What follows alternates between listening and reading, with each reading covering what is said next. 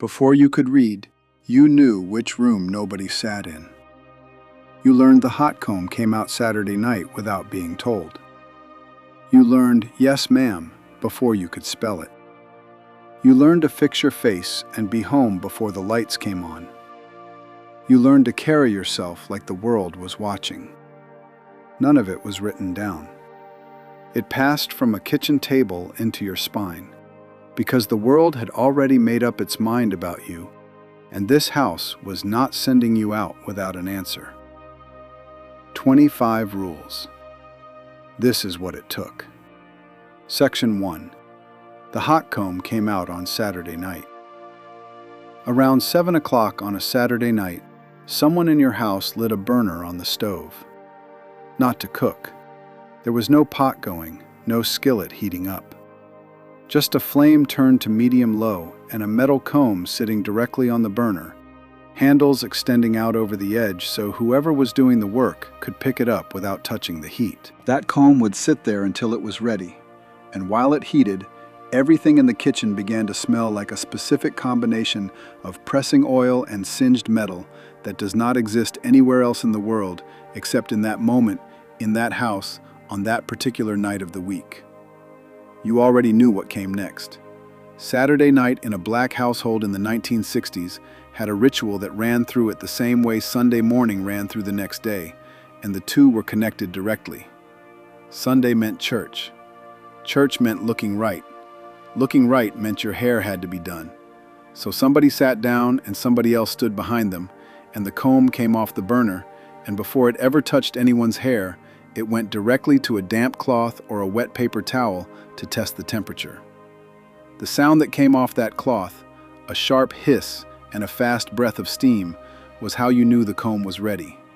Too much sizzle and it needed to rest. Not enough and the press would not hold. Whoever was holding the comb made that judgment without a thermometer, without a timer, without anything except experience. Which is to say, without anything except a decade of doing this the same way every Saturday night, without a single mistake that left a mark. History found the hot comb long before it arrived in your kitchen. A French hairdresser named Marcel Gratteau is credited with developing the heated iron comb in the late 19th century for use on the straight hair of European women. American women adapted it quickly, and by the early 1900s it had reached Black American communities, where Annie Turnbow Malone, born in 1869 in Metropolis, Illinois, became the first person in the African American community to formally develop and patent a hair care system built around it. Her company, called Poro, trained tens of thousands of beauty agents and carried the pressing comb into black households across the country as both a product and a practice. Her apprentice, Madam C.J. Walker, refined the design further, widening the teeth of the comb specifically for the texture of black hair, and turned that refinement into the foundation of what became the largest black-owned business enterprise in the country by the time of Walker's death in 1919. Patents for further designs came from Walter Salmons in 1920 and a St. Louis woman named Clara Grant in 1925, and what had started as a European styling instrument had spent 3 decades being remade into something precise and particular, rebuilt by the women who understood what it actually needed to do. Nobody at that kitchen table ever said out loud what the pressing was really about. Pressing oil and respectability had shared the same stove eye for a generation, and both ran deep. Pressed hair read as neat and professional and acceptable in the spaces that carried consequence, in front of employers, teachers, church congregations, landlords, and anyone whose opinion had the ability to open or close a door. Natural hair in the 1960s did not carry the same associations in those settings, and your family understood this without holding a conversation about it.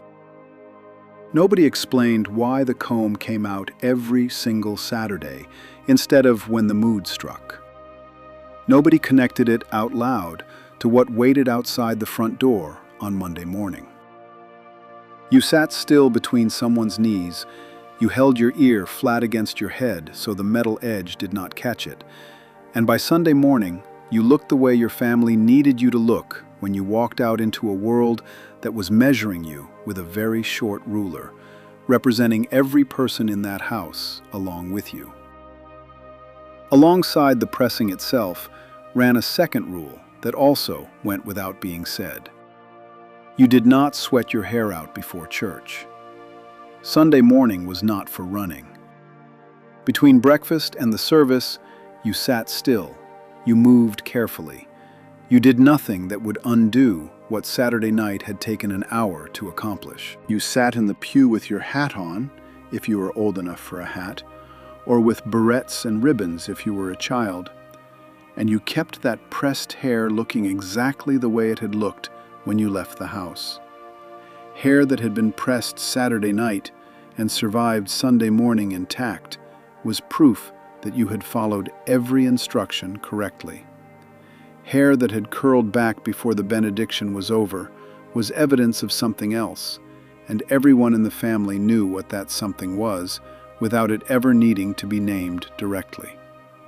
Saturday nights in black households began to change gradually, starting in the late 1960s, as "Black is Beautiful" moved from a slogan into something families actually renegotiated around their own kitchen tables.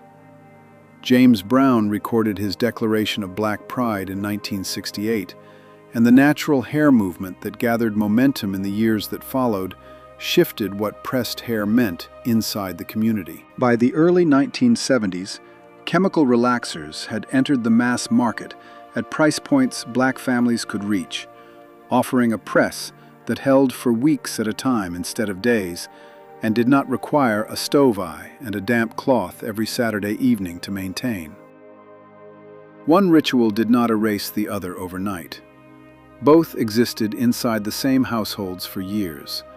Mothers who had grown up with the pressing comb, watching daughters choose the wide-toothed pick instead, the stove going cold on Saturday nights, not because anyone decided the old way was wrong, but because the world outside the front door had shifted just enough to make a different choice feel possible, and then feel necessary. That was simply how the house worked, and then it wasn't. Saturday night's ritual was the private half of a larger rule. Sunday morning was the public half, and what it required you to wear out that front door had nothing to do with warmth and everything to do with something harder to measure and far more carefully enforced. Section 2. The Sunday clothes stayed in the back of the closet. Somewhere in the closet, behind everything you actually wore during the week, there was a section you did not touch without permission. A boy's suit on a wooden hanger. A girl's dress in a plastic sleeve, the kind of sleeve that crinkled when you brushed against it. White gloves folded flat in a small box on the shelf above. A pair of shoes wrapped in the original tissue from the store and placed back inside the original box after every single wearing. You could look at all of it. You could not touch any of it unless Sunday had arrived and someone in your house told you it was time. That section of the closet existed in black households across the country, and it had one purpose: church. Not Easter specifically, not a wedding or a funeral, though those applied too. Every single Sunday, without discussion, without negotiation, without any child old enough to speak getting a vote in the matter. Sunday was a day that required specific clothing, and those specific clothes went back into the closet the moment you returned home, because they were not for regular life. They were for something that required more than regular life had to offer. That distinction was enforced completely. Sunday morning in the house had a rhythm tied directly to the closet in the back. The iron came out after the hot comb, not before, and both belonged to the same unbroken sequence. Shirt collars that were already clean got ironed again because clean was not the same as pressed, and pressed was the minimum. Skirt hems were checked. Shoes came out of their tissue paper and got a pass with a cloth before anything was put on. The smell of heavy starch, mixed with the faint sweetness of pressing oil, was the smell of Sunday morning, and it clung to the whole house until long after everyone had left for church. Nobody would have described any of this as a ritual. It was just what you did before you left on Sunday, the same way you put your shoes on before you went outside, because that was simply how the house worked. The tradition behind those clothes ran much further back than any one family's closet. Richard Allen, who founded the African Methodist Episcopal Church in 1816, had argued in sermons and public addresses that Black Americans presenting themselves well was not vanity.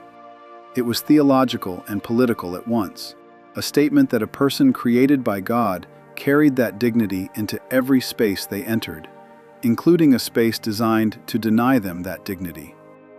The church became the place where that argument was made in full, every week, in silk and linen and well-maintained leather. For generations, enslaved people had been assigned the clothing they wore and had no say in it, their bodies and their presentation belonging by law to someone else. Sunday, the one day that was partly their own, became the day they wore what they chose. The practice that started there never stopped. It moved through emancipation and Reconstruction and the Great Migration and Jim Crow, and landed intact in the closets of Black households in the 1960s, still doing the same quiet work it had always done. The women in your house understood that work in a way nobody said directly. A dress suit coordinated with the shoes and the handbag and the hat, because the hat completed the statement in a way nothing else did. The hats worn to Black church services in the 1960s were not casual accessories.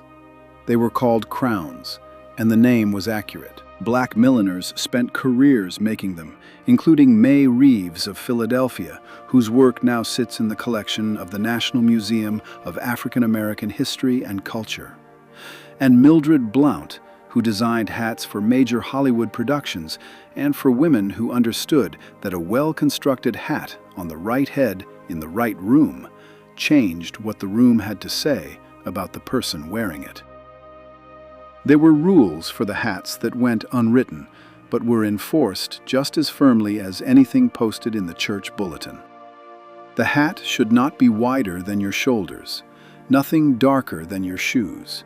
You did not touch another woman's hat under any circumstances, though a treasured piece might pass from a grandmother to a daughter with the kind of gravity that attached to heirlooms. Fashion editor Andre Leon Talley, who grew up in Durham, North Carolina, watching his grandmother dress for church every Sunday, said in his memoir that his grandmother taught him directly that clothing was armor. What she wore on Sunday morning was her way of saying to the world that she was there, that she was a person of worth, that nothing about her presentation would give anyone looking a reason to think otherwise. That teaching did not stay in Durham. Some version of it lived in every Black household where the Sunday clothes had their own section of the closet, their own box of tissue paper, their own spot in the morning routine that no one was allowed to disrupt. The children's version of this was no less precise. Boys wore suits or, at minimum, a pressed dress shirt with a tie, the collar stiff enough to leave a faint mark on the neck by the time the service ended. Girls wore white socks with lace trim and shoes that had been polished the night before, and the white gloves went on before you left the car. You did not run in these clothes. You did not eat anything in these clothes that could possibly drip. You sat in the pew with both feet on the floor, and you understood, without being told, that you were carrying something beyond yourself into that building. Your family standing in the congregation was visible through how you looked on Sunday morning, and your family had worked too carefully for you to show up looking like you had dressed in the dark. The civil rights movement made this visible to people outside the community who had never understood what it meant. When photographs of marches and demonstrations in the early 1960s showed rows of protesters in their church clothes, suits and ties and pressed dresses and hats, walking with their chins up, It was not coincidence or costume. It was the same practice that had been running through those households every Sunday for generations, extended from the sanctuary into the street. The clothing was the argument. Anyone who had grown up in a household with a closet section you did not touch without permission already knew what that argument was. Before we move on, if you're enjoying this analysis, please consider subscribing. It helps the channel tremendously. The clothes came off the moment you got home, and the rest of Sunday had its own laws. One of them involved a room in the house that those church clothes were too good for, because that room was kept for something else entirely, something no one in the family was actually allowed to use. Section 3. The good room was not for you. The blinds in that room were always half closed, not because anyone had pulled them that way recently, but because they had been positioned like that for so long, the angle had become the default, the permanent arrangement, the way that room looked on every ordinary Tuesday of your life. Dust settled on the horizontal slats in thin, even lines. The sofa against the wall held its shape without anyone sitting in it. The lampshade on the end table still had the original manufacturer's plastic sleeve fitted over it, transparent and tight, because the lamp had gone from the store to that room and the sleeve had never left, because nobody in the house had decided the lamp was worth uncovering yet. That was the good room. Every black household in the 1960s had one, and the rule governing it was never written and never announced. You understood it the same way you understood not to leave the front door open in winter. The room at the front of the house, the one visible from the door, was not for daily living. It was for company. Company being a specific category of visitor that carried enough weight to justify the use of the best furniture.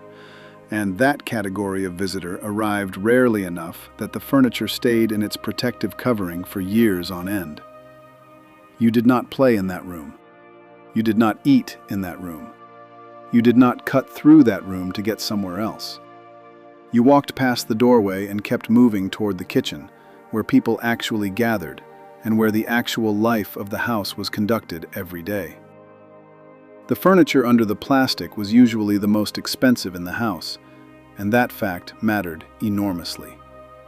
A velvet or brocade sofa in the 1960s could run well over $200, a significant sum for families who were working as domestic workers, factory workers, postal clerks, or teachers, in a time when wage ceilings for black workers sat well below those for white workers doing identical jobs. The furniture often arrived through layaway, paid for in small increments over months before it ever entered the house.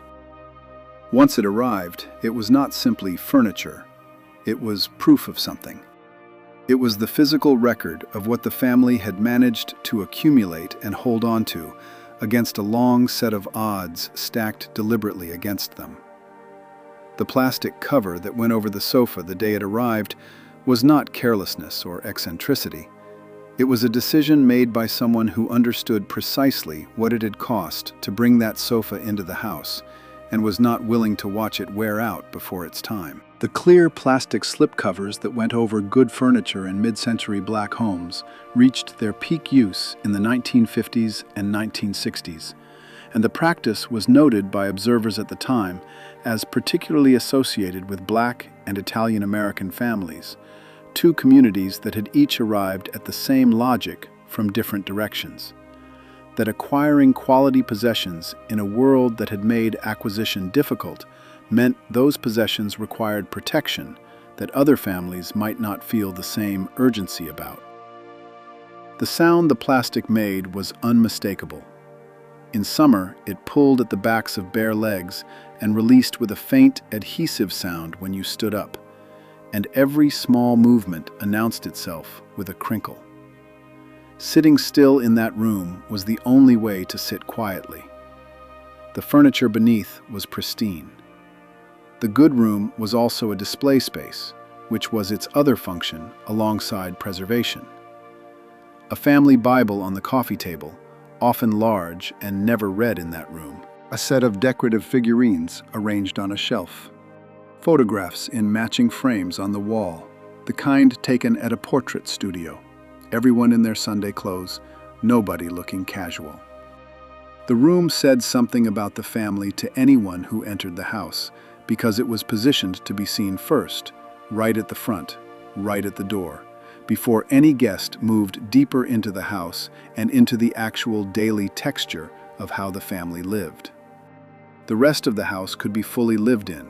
This room held its shape and made its statement regardless. The Victorian parlor it descended from had been doing the same work since the 19th century. That earlier version of the room had served as the place where the recently deceased were laid out before a funeral, where formal guests were received, where the household's best objects were gathered to represent the family's standing in the community. By the mid-20th century, the funeral function had moved entirely to professional establishments, but the display function and the company function remained, preserved in the front room of houses where the family understood that how you presented your home to the outside world was never purely decorative. It was a statement about who you were and what you had built, addressed to anyone who came through that door. The room began disappearing from new construction in the 1970s and into the 1980s as open floor plans became standard in suburban developments, collapsing the formal front room into a continuous living space with no clear separation between public and private. Houses built for families moving into newly integrated neighborhoods were designed without the separate formal parlor that older houses had carried as a matter of course. One by one, the good rooms got absorbed into the rest of the house. The sofa came out from under its plastic. The lamp finally got unwrapped. The furniture lasted as intended. That room existed to show the world what the family had built. But there was a different rule that ran in the opposite direction, one that governed what you were never allowed to carry back out through the front door, no matter who was standing on the other side of it. Section 4. What happened in this house stayed in this house. Your mother had a look for the moment you started to say the wrong thing. You would be mid-sentence, answering a question from a teacher or a neighbor or someone who had come to the door, and before the sentence reached wherever it was going, that look arrived. Not angry exactly, more like a door closing quietly but with full intention. The sentence stopped. You found a different ending, and whatever you had been about to say stayed inside the house where it belonged. Because that was the rule, and you understood it the same way you understood every other rule in that household. Not because anyone had explained it, but because the house simply operated that way. What happens in this house stays in this house. No black household in the 1960s posted those words anywhere, because they did not need to be posted. They ran underneath every interaction between the family and anyone who was not the family. Your people knew everything. Your grandmother knew, your aunts knew, the close neighbors who were close enough to be family knew. But a teacher asking how things were going at home, a caseworker appearing at the door, a doctor asking a child a question in the examination room while the parents stood nearby, a social worker with a clipboard conducting what was called a home visit. None of those people needed to know anything beyond what the family decided to share, which was usually very little and always carefully chosen. The line between inside and outside was not drawn randomly. It ran along a very specific boundary, and that boundary had been shaped by generations of hard experience with what happened when information about a black family's private life reached people who had institutional power to act on it. By the early 1960s, state welfare agencies across the country were conducting what were officially called home visits, but were in practice surprise inspections, sometimes arriving at midnight or in the early morning hours to check whether a man was living in a household receiving public assistance. If a welfare worker found evidence of an unreported male presence in the home, the family could lose all of its benefits immediately, regardless of how long they had relied on them or how little else they had to fall back on. The rules allowing this practice, sometimes called the man-in-the-house rules, existed in states across the South and beyond, and they gave caseworkers enormous authority over the interior of a family's home and life, based on information gathered in a single, unannounced visit. At the same time, states in the 1960s were expanding mandatory reporting laws, which required teachers, doctors, school counselors, and social workers to report any suspicion of child neglect or abuse to government agencies. The definitions of neglect were broad and explicitly included things that were direct results of poverty: not enough food in the cabinets, inadequate clothing, a house deemed poorly maintained. A welfare scholar reviewing practices of that era described the standard as a white glove test that most houses have at least a few corners failing. What that meant in practice was that a child repeating something overheard at home, a teacher asking the wrong question and receiving an honest answer, could trigger an investigation that had nothing to do with actual harm and everything to do with how a family's circumstances looked to an outside examiner who had never met them before that day and held significant power over what happened to them next. None of this required a family to explain the rule to a child in explicit terms. The training happened through observation, through the look that arrived before a sentence finished, through the consistent pattern of watching adults shift what they said and how they said it, depending on who was in the room. A child raised in this environment learned early that there was a public version of the family and a private one, and that those two versions were not supposed to overlap. The practice of careful discretion with outsiders ran further back than the 1960s welfare system. Researchers who conducted oral history interviews with formerly enslaved people in the 1930s found explicit testimony about the habit. One account described the approach plainly. Many closed the door before they told the truth about their days of slavery, and when the door was open, they told how kind their masters were and how well things had gone. The performance of the open door and the reality of the closed door had been a survival tool for so long it had become embedded in how information was managed across generations, long after the specific circumstances that produced it had changed. The children who grew up inside that rule carried it into adulthood as an instinct rather than a calculation. Certain things you said to your people and not to anyone else. Certain conversations happened inside the house or not at all. Financial trouble, relationship difficulty, the particular texture of how the family was actually getting by, none of that traveled beyond the people who already knew. Because there was no way to know in advance exactly what an institution or a stranger might do with it. The discretion was not shame about what was happening. It was something more structural than that. It was the accumulated knowledge that information, once given to the wrong person, could not be taken back. And the wrong person could sometimes be sitting across a desk with a pen and a form. That habit of careful, practiced discretion was also how a family preserved its dignity inside a system that gave outsiders extensive authority to examine, assess, and judge what happened between people in their own home. That was simply how the house worked. Before we move on, if you're enjoying this analysis, please consider subscribing. It helps the channel tremendously. Keeping the family's business inside the house was one direction of a larger rule.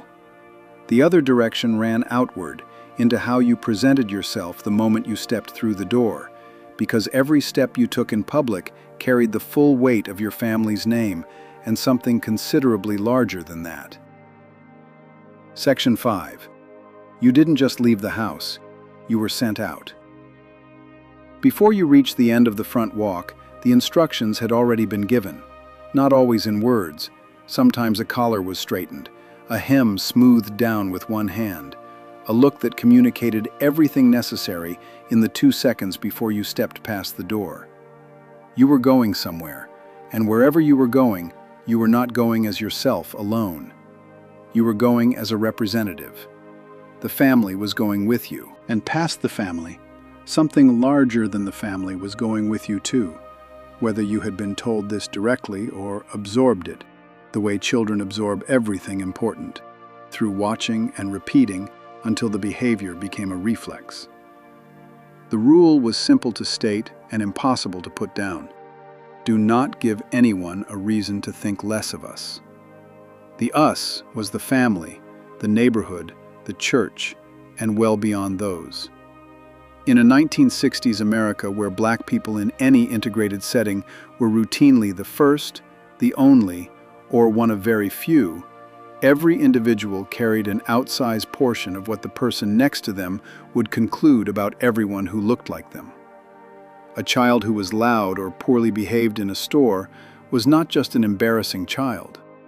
A young man who failed to hold a door or answer a question respectfully was not just rude. Whatever conclusion a white employer, teacher, shopkeeper, or neighbor drew from that moment, they applied broadly, and the families sending their children out into those spaces understood this with a precision that came from direct, lived experience of exactly how quickly and how completely a single interaction could close a door.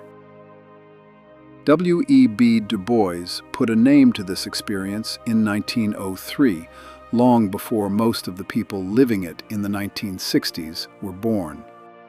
He called it double consciousness, describing it as the sense of always looking at yourself through the eyes of others, of measuring your soul by the tape of a world that looks on with contempt. He meant that black Americans existed in a state of perpetual dual awareness, aware of themselves as they actually were, and simultaneously aware of how they appeared through the eyes of a society that had already made up its mind about them. The families who were not reading Du Bois in 1960 were still raising children inside exactly the dynamic he described, because the dynamic was not a theory. It was Tuesday morning at the grocery store. The belief that black Americans had to be twice as good to be considered half as equal ran through households the way certain recipes ran through households, passed forward by the generation that had survived on it. Researchers who studied racial socialization in black families found that preparation for bias messages, the explicit instruction that the world would judge you more harshly, and that your only response was to be so thorough, so composed, so clearly excellent that the judgment found no purchase, were present in up to 3/4 of black families. The phrase varied. Some households said it plainly. Others never said it at all, but lived it in every corrected posture and every reminder about how you should speak when white people were in the room. The message was the same, regardless of how it arrived. The margin for error available to you was smaller than the one available to the child standing next to you, and you needed to account for that margin before you left the house each morning. In practice, this looked like a specific kind of vigilance that never fully switched off in public. The volume of your voice in a store, whether you touched something on a shelf before deciding not to buy it. How you responded when a salesperson watched you more closely than the other customers. Whether you smiled at the right moment, kept your hands visible, said thank you clearly enough to be heard. None of this was paranoia. All of it was training. The training existed because the consequences of failing it were real, and had been real for long enough that the wisdom compressed into the instructions had been tested by people who could not afford to get it wrong, and had paid serious costs when they did. The particular weight of this rule was that it was not about you. Ordinary parental expectations about behavior were about you, about your character and your future. This one was different. A white child who misbehaved was a misbehaving child. A black child who misbehaved was evidence. Evidence of something, someone, somewhere was already prepared to believe about black children as a category, about black families as a category, about black neighborhoods, black schools, black people collectively. The individual child was not what was being judged. The individual child was simply the occasion for a judgment that had been waiting for its moment. The families who understood this, and they all understood this, raised their children accordingly. The rules started to shift, though it never disappeared, in the later years of the 1960s, when the Black Power movement and Black is Beautiful began to push back explicitly against the premise underneath all of it. The premise being that black people needed to perform acceptability for a white audience in order to deserve dignity. That premise was not invented by the families who lived by it. It was imposed by the system those families had to navigate daily. The response of raising your children to be twice as good was a survival strategy inside that system, not an endorsement of the system's logic. The generation that came up in the late 1960s began to question whether the performance was worth its cost and what it meant to keep perfecting something that should never have been required of anyone in the first place. The children who had been sent out the front door every morning with a collar straightened and an unspoken weight on their shoulders grew into adults who could explain the weight precisely. Most of them straightened their children's collars too. That weight followed you everywhere you went outside the house. But there was one place you went where the rules shifted entirely, where the weight changed shape, where your family dressed in its best and walked through a door and the whole neighborhood gathered around you. The next rule lived inside that building. Section 6. Every adult in that building had authority over you. Church mothers sat in the front pew on the left side, dressed in white from collar to hem, and they had a clear sight line to every child in the building without needing to turn their heads. They had been in that pew for decades. They knew your grandmother. They remembered the Sunday you were brought as an infant in a white dress or a white suit and presented to the congregation, and they had been watching you ever since. If you shifted in your seat when you should have been still, one of them knew. If you whispered to the child next to you during scripture, one of them knew. If your dress was not pressed, or your shoes were not polished, or you had not removed your gum before walking through the door, one of them absolutely knew, and the correction that followed was delivered in a look so specific and so quiet that it accomplished everything a sharp word would have accomplished without disturbing a single note of the service. This was the Mother's Board, and it existed as a formal institution inside black churches across the country, particularly within Baptist and Pentecostal congregations. Scholars who studied the structure of black church governance described the church mother as the protocol leader of the congregation, the person responsible for enforcing conduct and dress standards, and serving as the spiritual and behavioral authority on matters the pastor did not directly oversee.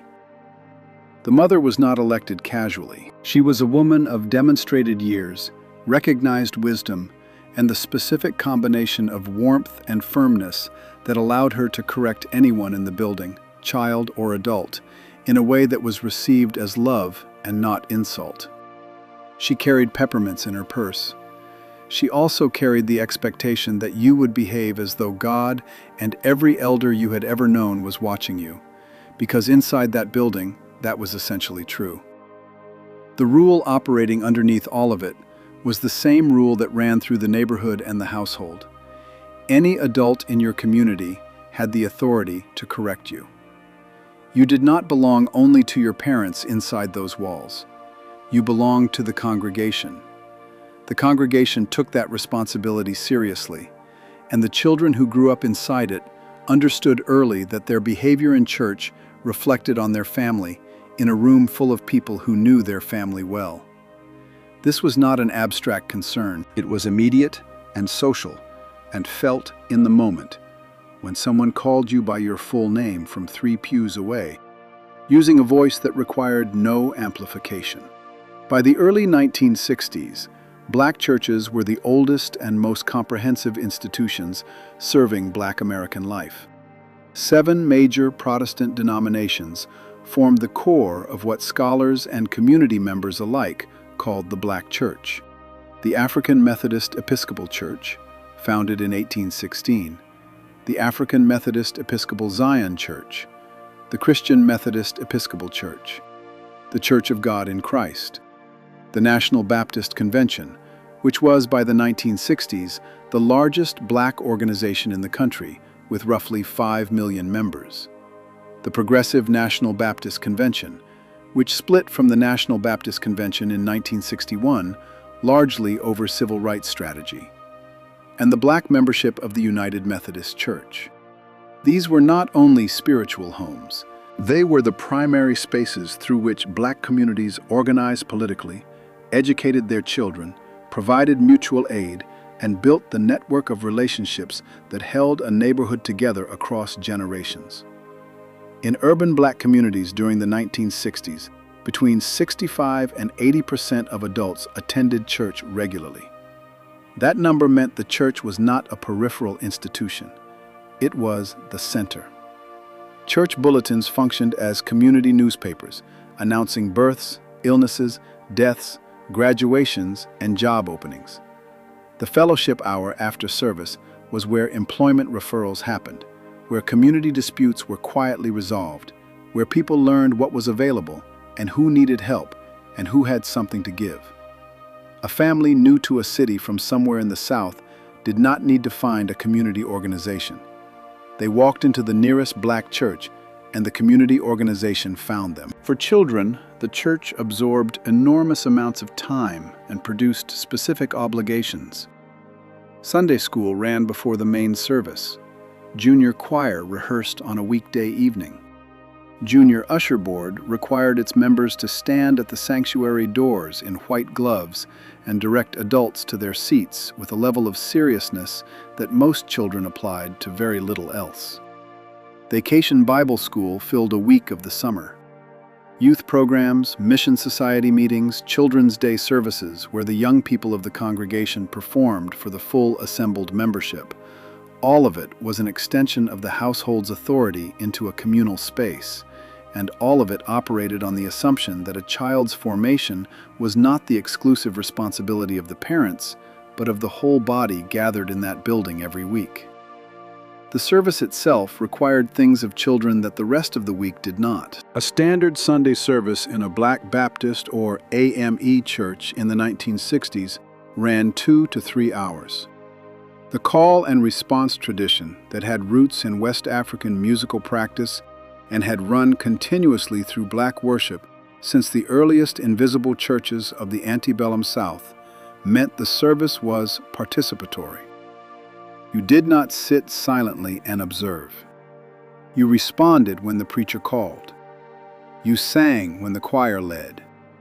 You stood when the congregation stood, and sat when it sat, and remained still when stillness was the expectation, which was often, and for extended periods, in a wooden pew, in your good clothes, sitting upright because slumping was not how you presented yourself in the house of God. The children who came through that formation and those pews became adults who understood, without being taught separately, how to conduct themselves in a room full of people who were watching. That skill traveled everywhere they went. Before we move on, if you're enjoying this analysis, please consider subscribing. It helps the channel tremendously. The church told you how to carry yourself in a room full of witnesses. The next rule handled something more urgent, what you were supposed to do when you left the congregation behind and found yourself alone in a world that had already made some decisions about you before you opened your mouth. Section 7. Before you went anywhere alone, someone sat you down. Before your voice changed, or somewhere around the time you started going places without an adult beside you, someone sat you down. Not at the dinner table where the whole family gathered, somewhere more private than that. A bedroom, the front seat of a parked car, the the porch after everyone else had gone inside. The person doing the sitting down was usually a parent, sometimes a grandfather, occasionally an uncle who had seen something and decided the moment had arrived. What came next was not a lecture. It was closer to a transfer of information that the person delivering it had spent years hoping they would not have to pass along, and was now passing along anyway, because the alternative was sending you out into the world without it. This conversation had no formal name in most households. It existed as a practice rather than a named ritual, passed from one generation to the next, the same way the other unwritten rules of the house were passed. Through watching, through a specific tone of voice, through the seriousness in a person's face that told you this was not the kind of talk where you could let your attention drift. The basic content of it was the same across households, across cities, across the North and the South, and every point between. When you encountered police or any white authority, you answered yes sir and no sir without exception. You kept your hands visible. You did not reach for anything, in your pockets or in a glove compartment or anywhere else, without stating out loud what you were about to do. You did not argue. You did not raise your voice. If something was wrong, if you were being accused of something you did not do, you waited. You survived the encounter first. You addressed the injustice afterward, from a position where you were still alive to address it. The sharpest version of that last instruction circulated through black households in a specific form. One father was documented as putting it this way to his son: "I would rather pick you up at the station than the morgue." That sentence captured everything the talk was actually about. It was not primarily about the law, or about manners, or about how to impress an officer with your cooperation. It was about a calculation that black parents had been making about their children's odds for generations, and about the specific, painful decision to pass that calculation down to the child who needed to know it, rather than protect the child from knowing it. In the years leading into the 1960s, the murder of Emmett Till sharpened this calculation to a fine point. Till was 14 years old and from Chicago when he visited relatives in Mississippi in the summer of 1955. His mother, Mamie Till Mobley, had warned him before he left. She told him to move out of the way of white people, to always say sir and ma'am, to step back and make space in every interaction. He had grown up in the North and did not fully understand the specific and enforceable rules of the South. On August 28, 1955, he was abducted from his great-uncle's home in the middle of the night by two white men and murdered. His mother made the decision to hold an open-casket funeral in Chicago. The photographs of his body, published in Jet magazine, reached an estimated readership of hundreds of thousands of black households across the country within weeks. Every parent who saw those photographs and had a son or daughter understood what they were looking at. The talk that followed in homes across the country in the fall of 1955 was not abstract. It had a face. The young people who led the sit-ins and freedom rides of the early 1960s knew that face too. Civil rights veterans and scholars who documented the movement described a generation of young black activists who pointed directly to those photographs in Jet as the moment they understood what was at stake. They called themselves the Emmett Till generation. The talk those parents had given their children about what to do in the presence of white authority was the same talk that produced, in some of those same children, the resolve to sit at a lunch counter and refuse to move, regardless of what came next. The instructions to stay calm, stay composed, don't give anyone a reason to escalate, translated into something that looked, from the outside, like extraordinary courage, and was, from the inside, the behavior that had been drilled into those young people since they were old enough to go anywhere alone. By the early 1960s, an estimated 10,000 sundown towns existed across the United States, communities where black people were permitted to work or pass through during daylight hours, but were required to be gone by dark, sometimes by posted signs, sometimes by the understood threat of what would happen to anyone who tested the boundary. The talk in households with children old enough to drive included specific geography, certain towns on a particular route, certain sections of highway where you did not stop unless you had no choice, certain hours before which you had to be back across a specific county line. This was not hypothetical caution. It was the routing information that kept people alive. A black congressman from a southern state described the distinction between the talk black children received and the advice white children might have received about the same situations. White families, he said, told their children to cooperate with the police so the situation would go smoothly. Black families told their children to cooperate with the police so the situation would not end their lives. The two conversations used some of the same words and were not remotely the same conversation. That was simply what the talk was. The talk prepared you for the encounters that could go wrong in an instant. But there was another rule that governed something quieter, something that happened every day regardless of who was watching, something about where you put your eyes when an adult walked into the room. Section 8. You didn't call a grown person by their first name. If you called a grown person by their first name in that house, the room changed. Not dramatically, not with a raised voice or a scene. The change was quieter than that and more immediate. A pause, a look, a single word spoken at a specific temperature that communicated everything necessary. You corrected the error.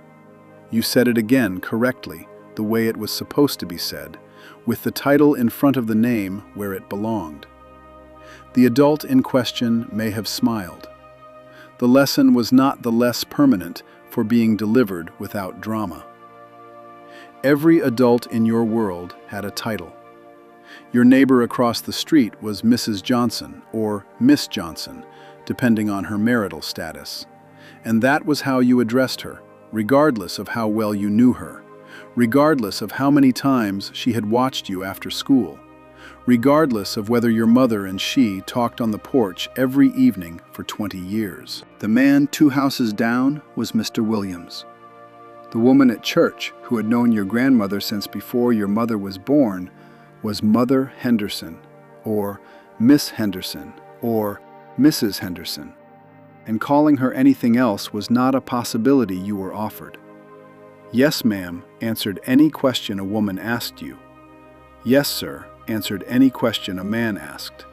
No was never acceptable as a standalone word directed at an adult. The full phrase, spoken clearly, was the minimum. The behavior that accompanied the titles was just as specific. When an elder entered a room, you stood. Not eventually, not when you got around to it. You stood when the door opened, because the room was theirs the moment they walked into it. And your sitting while they were standing was an arrangement of the space that the room was not supposed to hold. You offered your seat. On the bus, in the waiting room, at the family gathering where all the chairs were taken, you found somewhere else to be while the adults sat. You carried what was heavy. You moved to make room. You did not speak when the adults in a room were speaking to each other. And you did not push your way into conversations that had not been opened to include you. You waited at the edge, quietly, and you entered when you were invited. All of this was, in the language of the house, simply respect.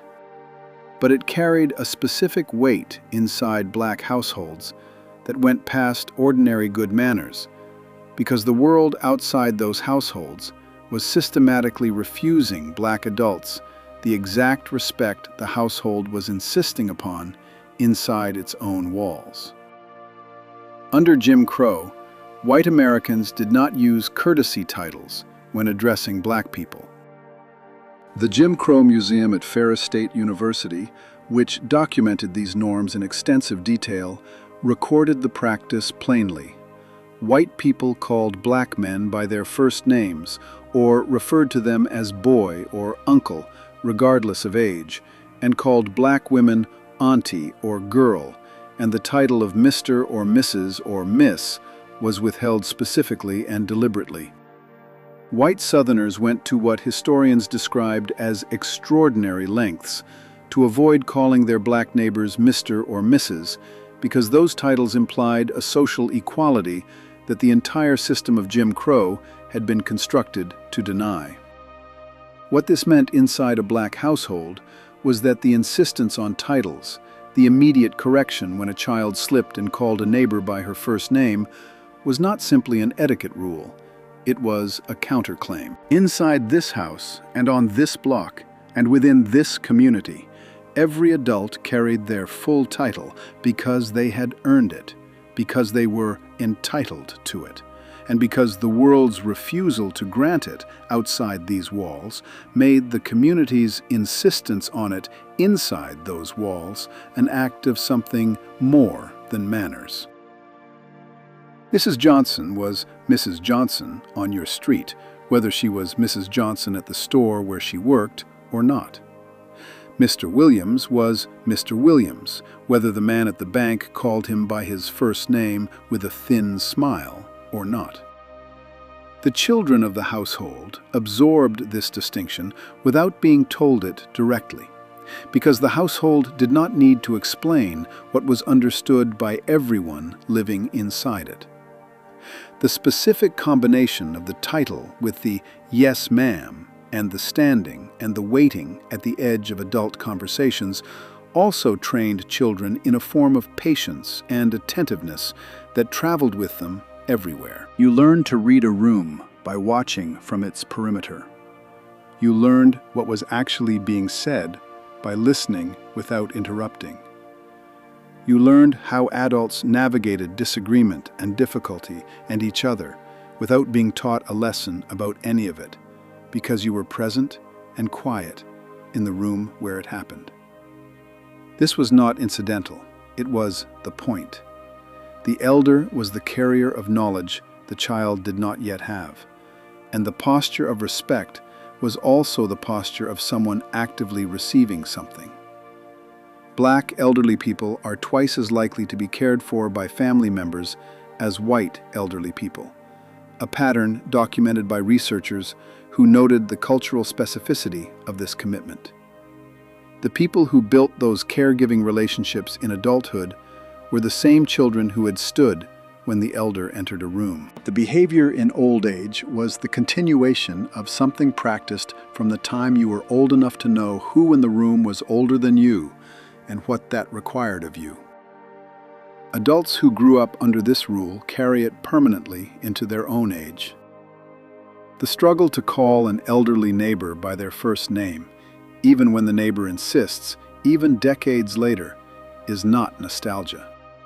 It is the residue of a rule that was drilled in early enough and enforced firmly enough that no amount of cultural loosening ever fully dissolved it. Nobody had to explain why. That was simply how you addressed a grown person. Before we move on, if you're enjoying this analysis, please consider subscribing. It helps the channel tremendously. The titles you gave adults outside your family were one layer of how this household organized its world. The layer underneath was something more foundational, the way the house understood work, and what work required of every person living inside it, and what no one in that house was ever going to let you forget about where you stood in relation to it. Section 9. Saturday did not begin when you woke up. Saturday did not begin when you woke up. Saturday began when you were woken, and there was a difference between those two things that every child in the house understood completely. At some point in the morning, before the day had been handed to anyone, a voice came through the door, or a hand pulled back a cover, or a light went on in a way that made sleeping further impossible and inadvisable. You were up. The house was already in motion. Someone had been up before you, and had already decided how the morning was going to go. And the morning was going to go the way it always went on Saturday, which was that the work came first and everything else came after, and everything else was a long way off. Every room in the house had something that needed doing, and each person in the house had a piece of it. The assignments existed in the household the way the seating at the dinner table existed, not written anywhere, not announced every week, simply known. Younger children swept, older children mopped. Bathrooms belonged to whoever was old enough to clean them correctly, which meant cleaning them the way the adult in the house would check them afterward, which meant cleaning them thoroughly enough that the check found nothing. Laundry came out of hampers and went into machines, or, where machines were absent, into tubs. Dishes from the night before that had soaked got washed and dried and put away. Baseboards got wiped. Floors got mopped with something that left a specific smell in the air that mixed with whatever the house was already cooking or about to cook. If music played while this happened, and in many houses it did, that music was not a reward. It was the sound of the house working. The standard that applied to the work was the standard that applied to everything in the house, done correctly or done over. You did not get credit for attempting the bathroom and leaving it most of the way clean. The most of the way that was left undone was the part you went back and finished, and you finished it before the rest of the day became available to you. This was not cruelty. It was the household's single consistent answer to the question of what halfway meant, and the answer was that halfway meant starting over. A child who learned that standard early learned it in a way that traveled.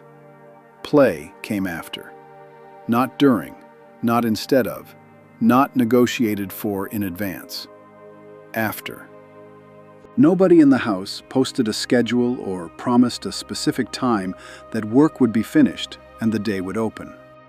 The time the day opened was the time the work was done, and if you wanted the day to open earlier, you worked faster and you worked better, and you did not have to be told either of those things twice. The freedom on the other side of Saturday morning was real and could be substantial, hours of it.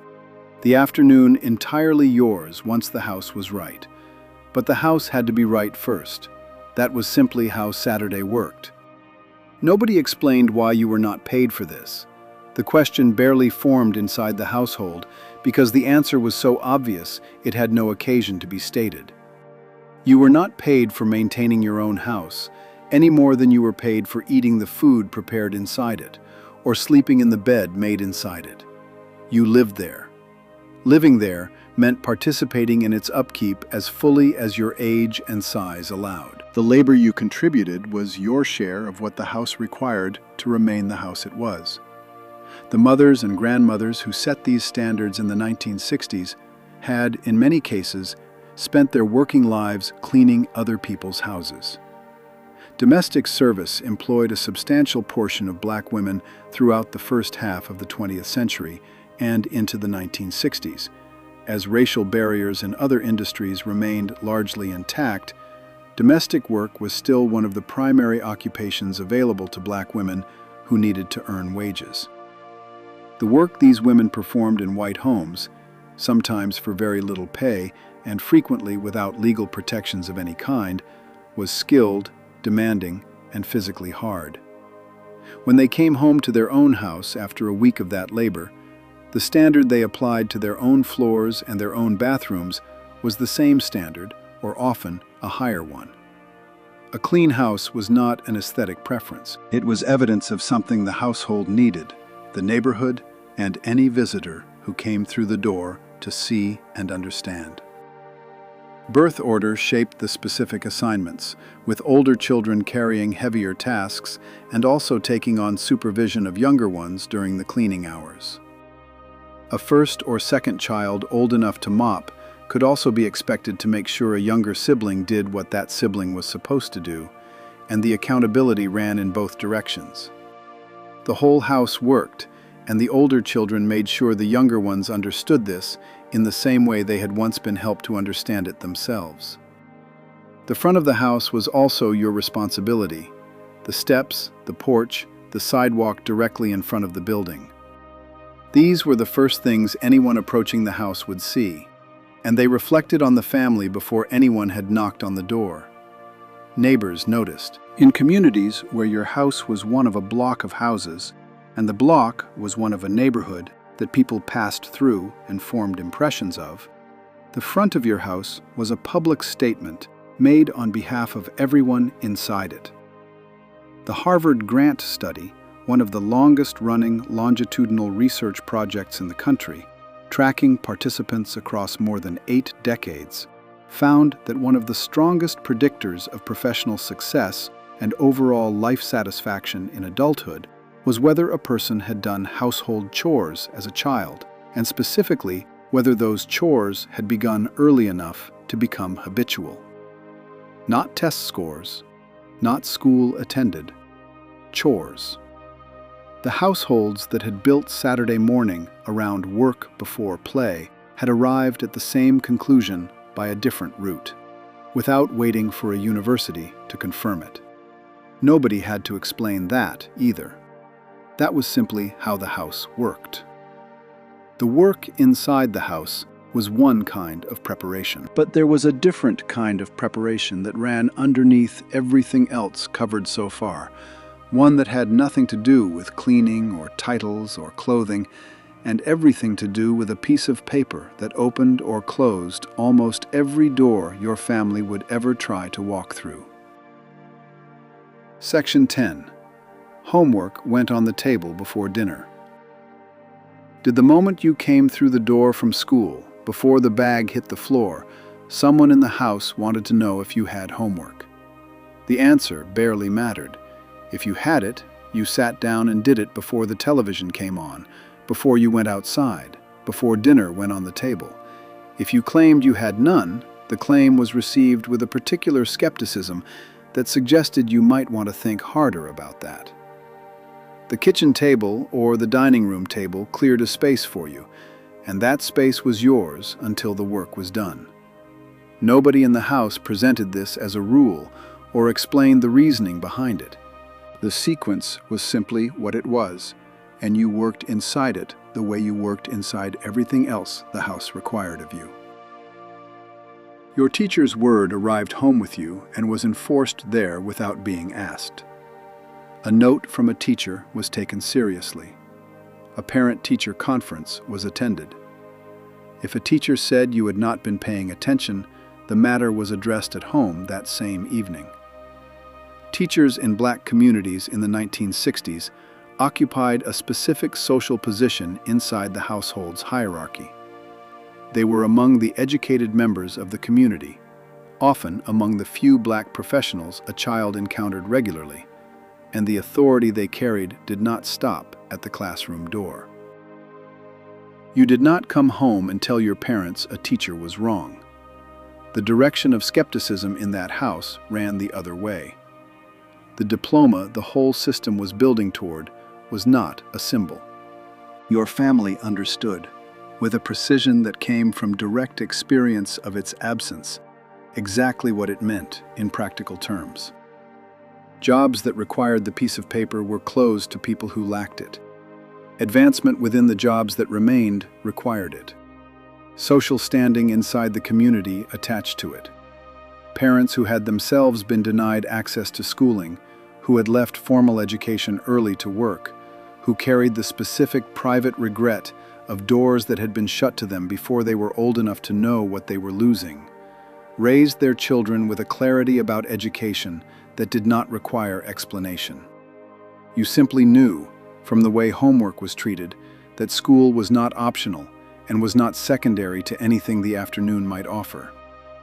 The weight behind that understanding ran deep into history. During slavery, teaching an enslaved person to read was illegal across most of the American South, and the penalties were severe. The knowledge that literacy represented freedom was not abstract. Frederick Douglass, who taught himself to read in secret in Baltimore in the 1820s, described the moment he understood what reading meant as the point from which his enslavement became psychologically intolerable, because he could now see it clearly.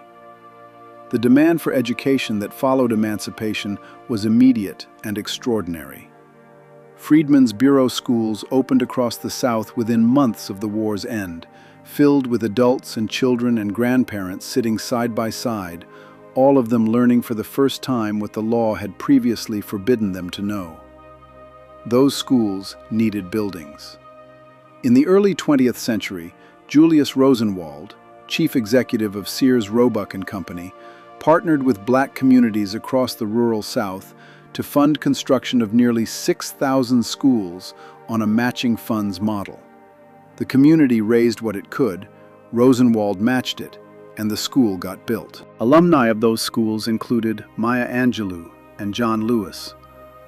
By the 1960s, historically black colleges and universities, over 100 of which had been established specifically because white institutions barred black students from enrolling, were educating roughly 80% of all black college and university students in the country as late as 1967. All of that history arrived at the kitchen table every afternoon when you sat down to do your homework.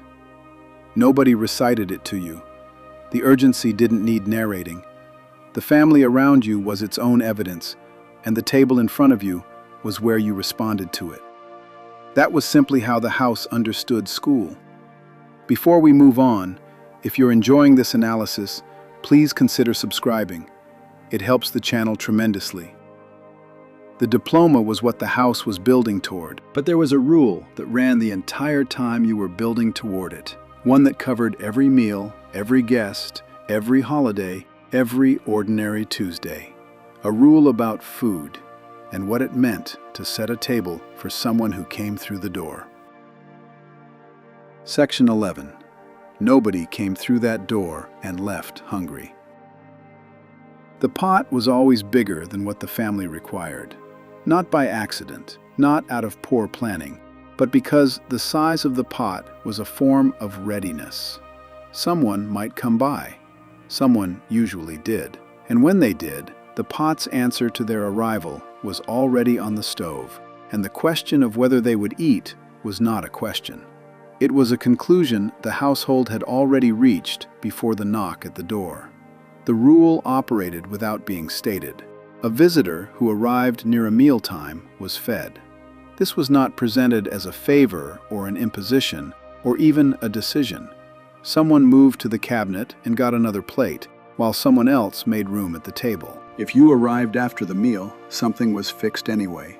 Cold, warmed up, whatever was left, packaged carefully and sent home with you if you insisted on leaving. Insisting on leaving without eating was its own kind of negotiation, and the household usually won it. Nobody left that house hungry if the people inside it had anything to say about it, and they always had something to say about it. Sunday dinner was where this rule showed itself most fully.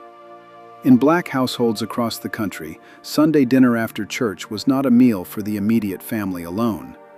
It was a meal for the extended family, the neighbors who had always come, the people from church who had been invited, and occasionally the people who had not been invited, but showed up anyway and were welcomed with the same plates as everyone else. The tables seated as many as the table could seat. The overflow went to the kitchen counter, the back porch, the chairs pulled in from other rooms. Food was never portioned in advance.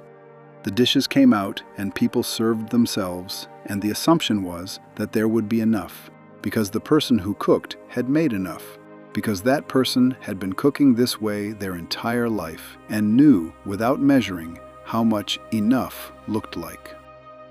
The term soul food entered common use in the mid-1960s, appearing in a 1965 article by writer and activist Amiri Baraka, and picked up throughout the Black Power movement as a deliberate declaration that these dishes, fried chicken, collard greens, black-eyed peas, cornbread, macaroni and cheese, sweet potato pie, and every variation and combination the Southern kitchen had produced over generations, belonged to Black American culture and were worth claiming proudly.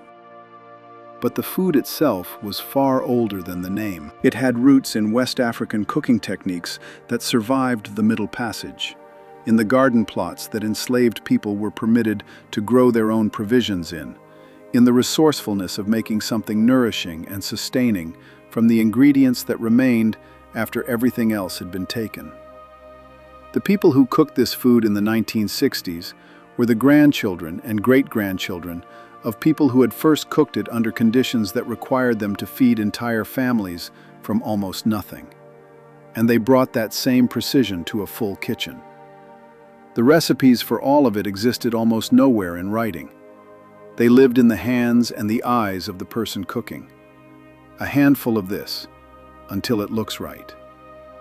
You learned by standing in the kitchen and watching, by being handed a spoon and told to stir while the person next to you moved on to the next thing. The measurements were your grandmother's hands, which were not your hands, so you calibrated by watching how her handful compared to yours and adjusting accordingly. This was not imprecision, it was a different kind of exactness, one that could not survive being written down, because writing it down would strip out the judgment that made the difference between what it tasted like when she made it and what it tasted like when someone followed a recipe.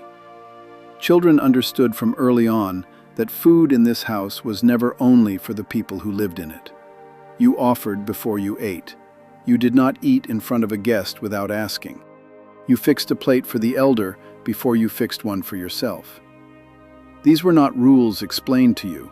They were behaviors you absorbed by watching every adult in your life perform them every time someone came through the door. Nobody had to tell you what a hungry guest meant. You already knew. Food fed the body, and it kept the community. But there was a different kind of keeping that happened every evening when the light outside began to change color. A rule so simple and so absolute that the streetlights themselves enforced it. Section 12. When the lights come on, you come inside. Before the streetlights actually switched on, the sky gave you fair warning. The light went from bright to warm to long and orange at the edges of things, and there was a specific quality to that change you learned to read without anyone teaching you to read it. The shadows stretched out. The temperature in the air shifted. The block looked different than it had an hour before, less sharp, more golden. And if you were paying any attention at all, you already knew what was coming. And what came next was supposed to be you moving toward home. When the streetlights clicked on, you came inside. That was the rule. And the rule existed with the same certainty as gravity. Not at dinner, not at dark, not when your parents called you by your full name from the porch. When the lights came on. The lights were the signal and the deadline and the enforcer all at once, impersonal and exact. The same time every evening, no exceptions made for the game being close or the conversation not being finished, or you simply not feeling ready to stop yet. The lights came on, and you moved. And if you did not move, you would hear about it. And hearing about it was not how you wanted the evening to go. The rule did not belong only to your household. The whole neighborhood held it. A neighbor who saw you still outside after the lights came on would say something, either to you directly or to your parents at the first opportunity. Because in that community, every adult watched every child and reported what they saw without being asked to. The block operated as a collective, and the collective's position on children being outside after dark was unanimous. You came in. Everyone came in. The streets belonged to adults after that hour, and children had no business being in them. What made the streetlight rule specific to black households and heavier than an ordinary curfew was a history that ran underneath it so deep that most of the parents enforcing it could not have told you where exactly it came from. Darkness had been dangerous for black people in America for far longer than any living person could remember. As early as 1714, a colonial law explicitly criminalized the presence of black, indigenous, and mixed-race people outdoors after dark. That law predated the nation itself. The Sundown Town, a community that permitted black people to work within its limits during daylight hours, but required them to be gone by nightfall, reached its peak prevalence in the United States around 1968, the same years these children were growing up and being called inside when the lights came on. Sociologist James Loewen, who spent years documenting these communities, found that in 1970, approximately 71% of Illinois towns with populations over 1,000 people had been all white in census after census. In 1930, 44 of the 89 counties along Route 66 from Chicago to Los Angeles had no accommodations for black travelers and prohibited black people from entering after dark. The streetlight rule inside a black neighborhood was the domestic version of this larger geography. You came inside when the lights came on, because the world outside those lights, the world past the block, past the familiar streets where everyone knew you and your family, had been operating on different terms for centuries. And the household had absorbed that knowledge even when nobody stated it explicitly. Coming inside when the lights came on was how a family kept its children safe inside a world where, after dark, carried a specific weight that most of the children playing outside were too young to have been told about directly. The rule lived in the body long after childhood ended. Adults who grew up under it describe something that is not quite fear and not quite habit, but sits between them. A subtle awareness of the hour, a preference for being home before it gets fully dark, a discomfort in certain places after nightfall that does not respond to logic because it was never installed by logic.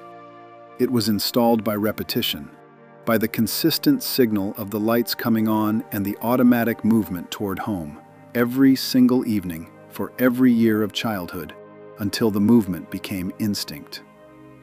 Nobody explained the history behind it. The lights came on and you went inside. That was simply how it worked. Before we move on, if you're enjoying this analysis, please consider subscribing. It helps the channel tremendously. You came inside when the lights came on, but once you were inside, there was a whole other set of rules that governed what the inside of the house looked and felt like, starting with something that sat in a jar or a can in almost every room and answered almost every problem the body could present. Section 13. The blue jar fixed almost everything. Somewhere in that house, in the bathroom cabinet or on the dresser, or on the shelf near the kitchen sink, there was a blue and white jar with a yellow lid, round, squat, heavier than it looked. You knew the smell of what was inside it, the way you knew the smell of the kitchen in the morning, or the particular soap the bathroom always held. You had been introduced to the contents of that jar so early in your life that you had no memory of a time before it. It had been applied to your skin since before you were old enough to have an opinion about anything, including the application of petroleum jelly to your skin. Vaseline was not a product in that house. It was a solution. A standing answer to a wide range of questions the body might ask on any given day. Dry elbows, ashy knees, chapped lips that had gone past chapped into painful, a small cut that needed protecting, a burn from the stove that needed soothing, cradle cap on an infant, skin that had gone rough from cold weather or hot water, or just from dryness because that was what skin did. The jar addressed all of it with the same thick, translucent, faintly petroleum-scented substance it had always contained. A substance that did not smell like much of anything, but smelled exactly like what it was, which was something that had been working since before anyone in the house was born. Robert Chesbrough was a 22-year-old chemist from Brooklyn when he traveled to the oil fields of Titusville, Pennsylvania in 1859 and noticed oil workers applying a waxy residue from the drilling equipment to their cuts and burns.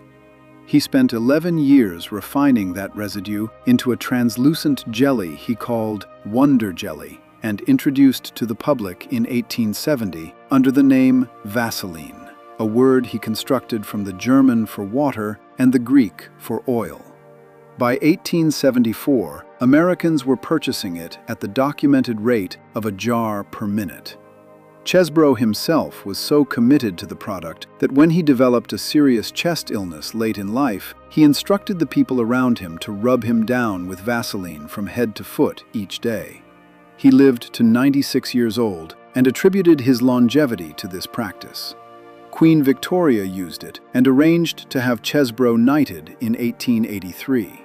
Whatever else might be said about the product, it convinced people. Black households had a specific and long-standing relationship with it that went beyond what the manufacturer ever advertised. The reason existed in the skin itself. Darker skin has the lowest ceramide level of any skin type, ceramides being the lipid molecules that hold moisture in and keep the surface intact. Lower ceramide levels mean higher transepidermal water loss, which means the skin loses moisture faster and dries out more readily, which means what dermatologists call ashiness becomes visible sooner and more dramatically. The ashy appearance, a chalky or grayish cast that shows up most visibly on elbows, knees, heels, and shins, is not exclusive to darker skin, but is considerably more visible on it, and in black households, it was not something you were permitted to display in public. You did not leave the house ashy. This was a matter of presentation and pride, and it was enforced the same way everything else in the house was enforced, without lengthy explanation, simply as the standard that applied. The jar took care of it. You rubbed it into your elbows and your knees and the backs of your heels, and wherever else the skin had gone gray and tight, and the petroleum jelly sat on the surface and sealed the moisture underneath and left a shine that meant the problem had been addressed. In the winter especially, when the air dried everything out and the heat inside the house pulled whatever moisture remained from your skin, the jar came out daily. You went through it and replaced it and went through the next one. It cost very little. It did a great deal. These two facts were related. Children had it applied to them before they were old enough to apply it themselves. And once they were old enough, they applied it themselves without being reminded. Because the alternative, arriving somewhere with visibly ashy knees, was not how this household sent its children into the world. Nobody had to explain why. The jar kept the skin right. But there was a different kind of keeping that happened at a specific hour every night, a quieter rule, one that had no object and required nothing more than your presence in a specific place, in a specific posture, before the day closed. Section 14. Before you got into the bed, you got beside it. Before you got into the bed, you got beside it. Knees on the floor, hands folded or clasped or pressed flat against the mattress, eyes closed or head bowed, whatever the posture the household had settled into as its version of the position. This happened every night, not when you remembered, not when the day had gone well enough to deserve it, not when you felt like it. Every night. The day ended with you kneeling before it ended with you sleeping, and the order of those two things was not subject to discussion. You also said good night. Not from wherever you were sitting when you decided to go to bed. You went to each adult in the house, found them in whatever room they were in, and said it directly. This was the closing of an account, a brief acknowledgement that another day had passed inside the same walls, and that you knew who else was in those walls with you. The adult received the good night, and sometimes said something back and sometimes simply nodded, and then you went and knelt and prayed, and then you went to sleep. The prayer itself followed a shape that varied by household, but held certain elements constant. You thanked God for the day. You asked for protection through the night, for yourself, for the people in the house, for family members elsewhere, sometimes for specific people who were sick or in difficulty. You named names. The naming was important. You did not pray in generalities about humanity or the world, but specifically, by name, for the people you were responsible to remember. And the list was sometimes long, running from grandmother to cousins to neighbors to a teacher who had been kind, until the whole network of people who constituted your world had been spoken over and placed in the hands of something larger than anyone in the house. Prayer in black households in the 1960s was not a relic of an earlier, less informed time. It was the living center of daily life. Pew Research, which has documented Black American religious practice extensively, found that 63% of Black Americans pray outside of religious services on a daily basis, a rate substantially higher than American adults overall. Among Black Protestants specifically, even those who rarely or never attend church services, 55% report praying every day. The practice was not an extension of church-going. It was its own separate and persistent thing. The roots of that practice were old enough that no living person could trace back to a time before them. During slavery, when formal worship was controlled and often forbidden or carefully monitored by enslavers, Black Americans developed what historians have called hush harbors, secret gatherings held in the woods and marshes at the edges of plantations, sometimes under overturned iron pots meant to muffle the sound. There, enslaved people prayed. Not performatively, not for an audience, but because prayer was the one practice that remained fully theirs, regardless of what the law said about everything else that was theirs. Anti-literacy laws restricted reading. Movement was restricted. Assembly was restricted. Prayer was internal and invisible, and therefore could not be taken the same way everything visible could be taken. It became the act of resistance that had no shape a law could reach. That history traveled intact into the 20th century. The civil rights movement organized itself around prayer in a way that no purely political movement could have. When hundreds of marchers knelt on the Edmund Pettus Bridge in Selma in 1965 to pray before proceeding, when students lined up to kneel on courthouse steps before being arrested in Macomb, Mississippi, when congregations gathered for hours in churches before marching into streets where violence was waiting for them, they were drawing on the same practice that had sustained people in hush harbors a century before. Prayer was not preparation for the fight. Prayer was the fight conducted by different means. What children absorbed from the nightly kneeling was something that could not be fully named until much later in life. The habit of deliberately stopping at the end of each day to take account of what the day had contained, to name what you were grateful for before naming what had gone wrong, to speak the names of the people you were responsible to and for, and to close that speaking with an acknowledgement that something beyond the household held the night. Nobody explained this. Nobody had to. That was simply how the day ended. Before we move on, if you're enjoying this analysis, please consider subscribing. It helps the channel tremendously.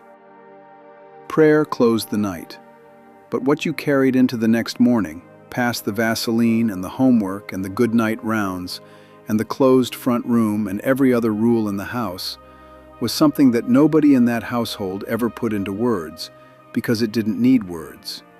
It was in everything else already. This next rule is the one underneath all the others. Section 15. Carry yourself. 2 words covered everything the house had been building toward, and you heard them from the time you were old enough to be going somewhere without someone holding your hand. Carry yourself. Not carry yourself well, or carry yourself with dignity, or carry yourself the way this family raised you to, though all of those were implicit.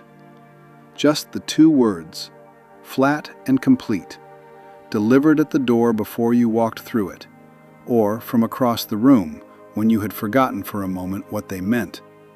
Or sometimes just as a look that communicated both the words and the expectation behind them without requiring anyone to speak at all. The instruction was physical before it was anything else. It was in how you stood and how you walked, and what your face communicated when you thought no one was paying attention. Fix your face was its own related rule.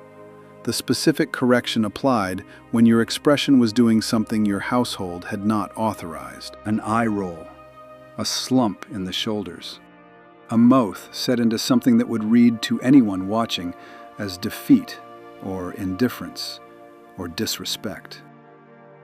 These were corrected the same way anything else in the house was corrected, without drama, with precision, and with the clear expectation that the correction would not need to be issued twice. Act like you got some sense meant essentially the same thing.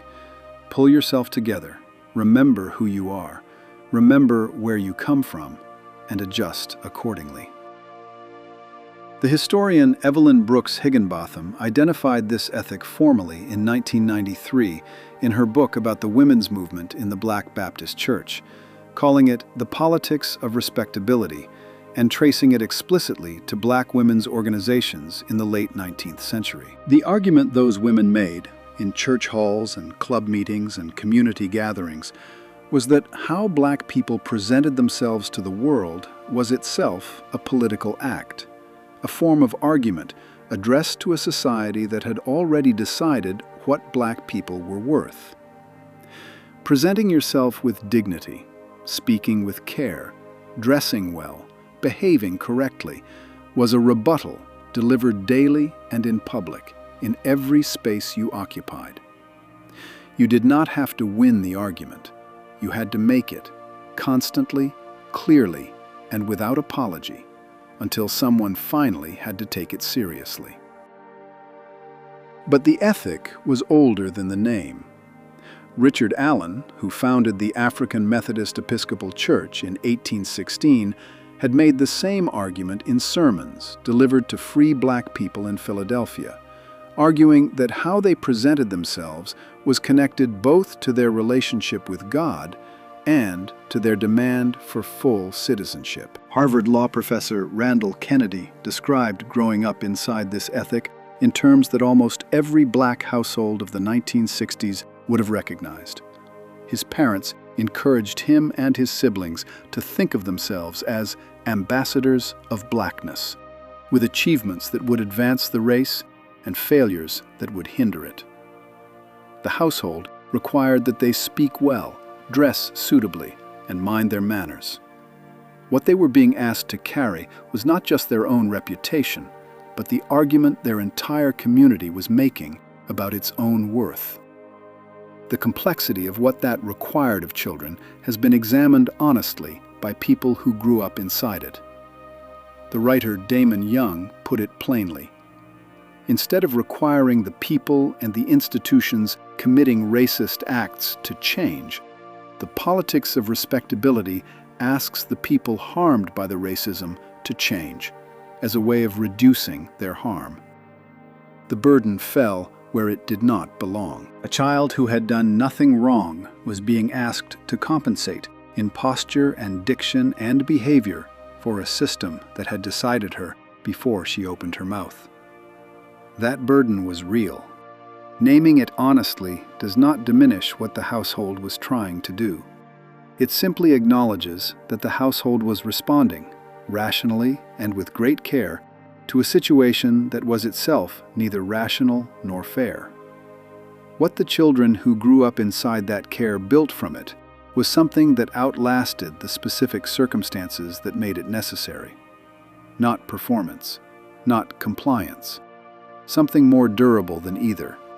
A settled sense of their own worth that did not require external confirmation to remain intact. The house had told them, through every rule it maintained, from the Sunday clothes to the kneeling at bedtime to the Vaseline on the knees, that they were worth the effort. Worth the full title. Worth the best dishes. Worth the prayers. Worth the diploma and the homework and the clean house and the careful presentation to a world that was not always prepared to agree. the house said it anyway. Every single day. That was the argument the household made in everything it did.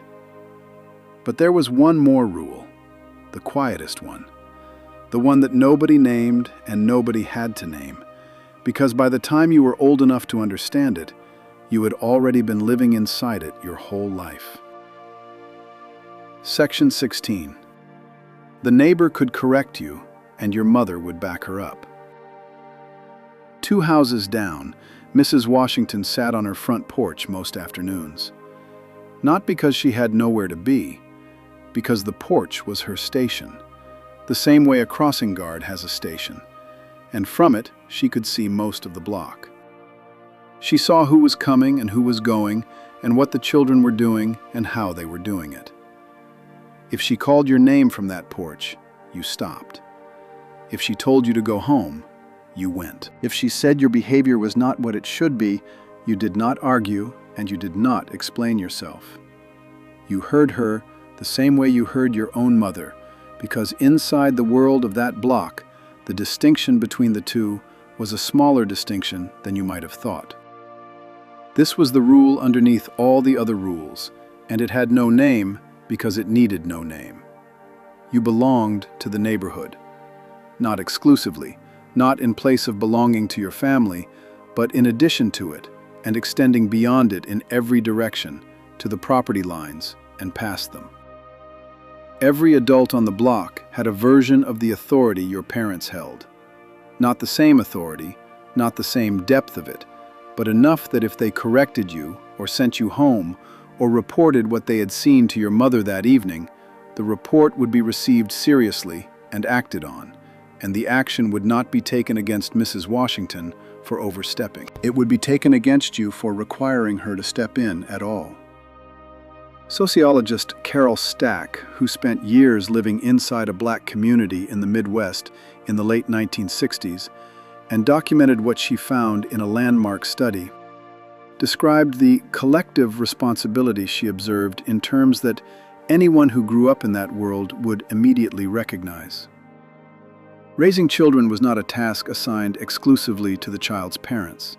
It moved across the whole network of adults connected to that child, with care and correction and supervision flowing back and forth, depending on who was present and who was needed at any given moment. An aunt stepped in when a mother was working. A grandmother held the authority no one questioned.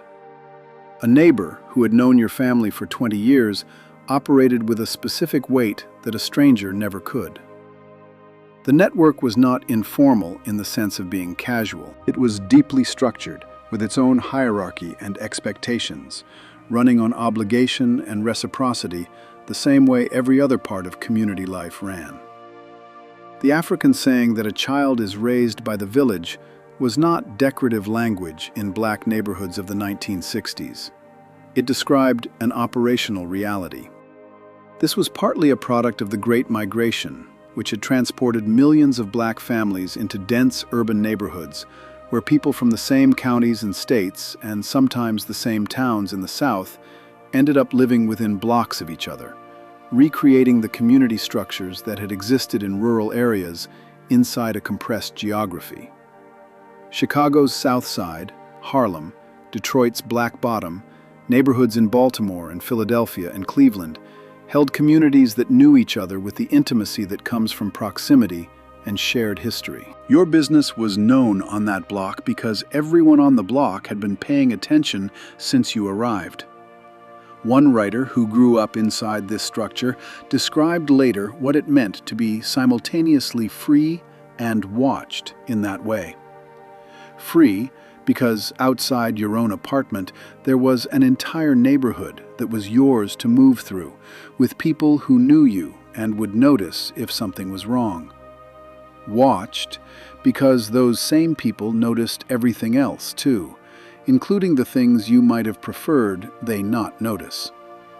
The freedom and the watching were the same thing, expressed 2 different ways. You could not have one without the other. What eventually dissolved this structure was a set of forces that began gathering in the late 1960s. Fair housing legislation opened formerly closed neighborhoods, and families with means began moving outward. Urban renewal projects and the construction of federal highways physically cut through established black neighborhoods, displacing tens of thousands of people and scattering communities that had taken decades to build. The children who had grown up being watched from every porch on the block grew into adults who often lived in places where the neighbor 2 houses down was a stranger and stayed a stranger. The rules survived inside individual households longer than the community that had enforced them collectively. But they had been easier to keep when Mrs. Washington was watching from the porch. Before we move on, if you're enjoying this analysis, please consider subscribing. It helps the channel tremendously. The community watched and the block held together.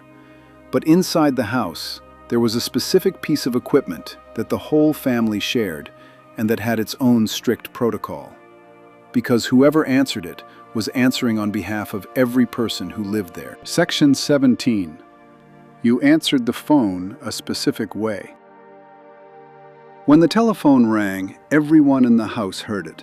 There was only one, and it was either mounted on the kitchen wall or sitting on a small dedicated table in the hallway, and its ring was loud enough to be heard from anywhere in the house, including the back bedroom with the door closed. The ring did not belong to any one person. It belonged to the whole household, and how it was answered would be the first thing anyone calling learned about the family on the other end of the line. The way you answered it was not optional. You picked up the receiver, you spoke clearly into the mouthpiece, and you identified who had been reached. The exact formulation varied by household, but the principle was constant. The person calling needed to know immediately that they had reached the right number and that they were dealing with a family that knew how to conduct itself on the telephone. Something like the family's name followed by residence, or simply the family's name and your own. Whatever form the household had settled on, you used it without variation, without shortening it, and certainly without the lazy monosyllable that would have communicated to whoever was calling that you had not been properly raised. Rotary dial telephones were the standard equipment through the entire decade. Bell Telephone produced them in basic black, with some households having the beige or green versions. The Princess model, smaller and lighter, appeared in some bedrooms in the later part of the 1960s, but most homes had a single instrument and a single line. In the early part of the decade, some homes were still on party lines, sharing a telephone connection with one or more neighboring households, which meant a neighbor could theoretically be listening to your conversation at any moment. Privacy did not exist on a party line, and polite use of one required keeping calls brief, listening for the signal that the line was in use, and never picking up on a conversation already in progress. Children had to learn the protocol and practice it until it was reliable. This meant that if you answered the phone and then handled the call badly, there would be a conversation about it afterward. You did not eat while talking on the telephone. You did not have a side conversation with someone in the room. You did not laugh too loudly or speak too casually or forget yourself into a tone that would make the caller wonder who was raising you. The telephone was an instrument for conducting business, for passing along information, for maintaining connection with family members who lived elsewhere. It was not a toy. You also did not use it without permission to make calls, did not linger on it past whatever time limit your household had established, and did not stay on past the point when an adult signaled that the call was finished. The signal could be words, or could simply be a look that meant wrap it up. And when that signal came, you wrapped it up. The line was a shared resource, and your personal conversation was not the only thing that might need to happen on it. Long-distance calls occupied a different category entirely. In the 1960s, long-distance charges were substantial enough that a call from Chicago to Mississippi or from New York to Georgia was a deliberate event with a price attached. Families who had migrated north during the Great Migration maintained connections to relatives still in the South through letters and through these calls, placed on specific occasions. The news flowing both directions across the long-distance lines. When a long-distance call came in, the household recognized it immediately by the slightly different quality of the connection and by the simple fact that it had been placed at all. Long distance meant something worth the cost. It usually did.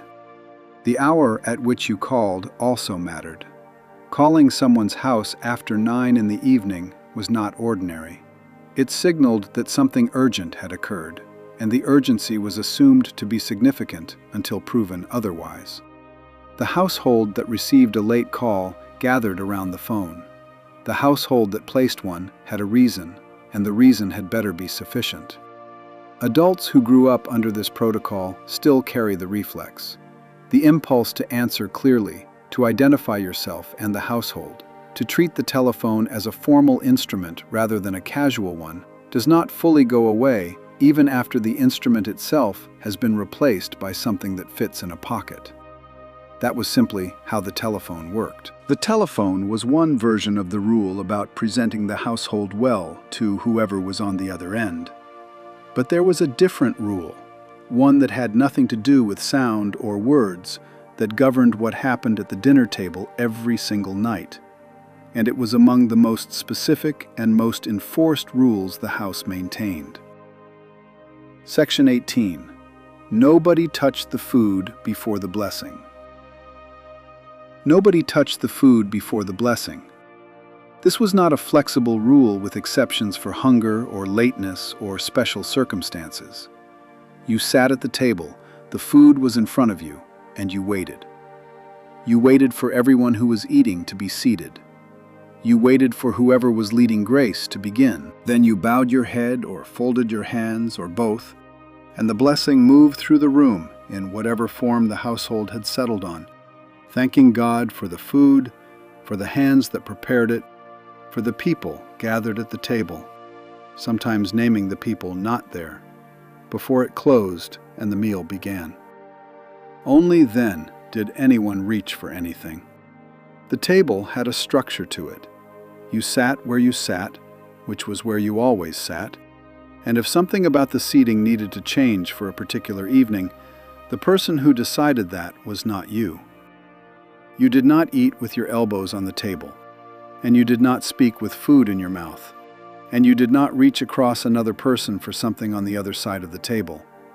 You asked for it to be passed, you said please, and when it reached you, you said thank you. If you needed to leave the table before everyone was finished, you asked to be excused, directed at whichever adult was running the meal, and you waited for the answer before you moved. None of this was posted anywhere. It was the shape the meal had always taken, and you operated inside it the same way you operated inside everything else the household required, because it was simply how things were done. The food itself carried history that the family around the table knew without being told. Fried chicken had been called the gospel bird in black households for generations because it appeared on the table on Sundays and whenever the preacher came to dinner, the one day and the one guest for whom the household cooked its best.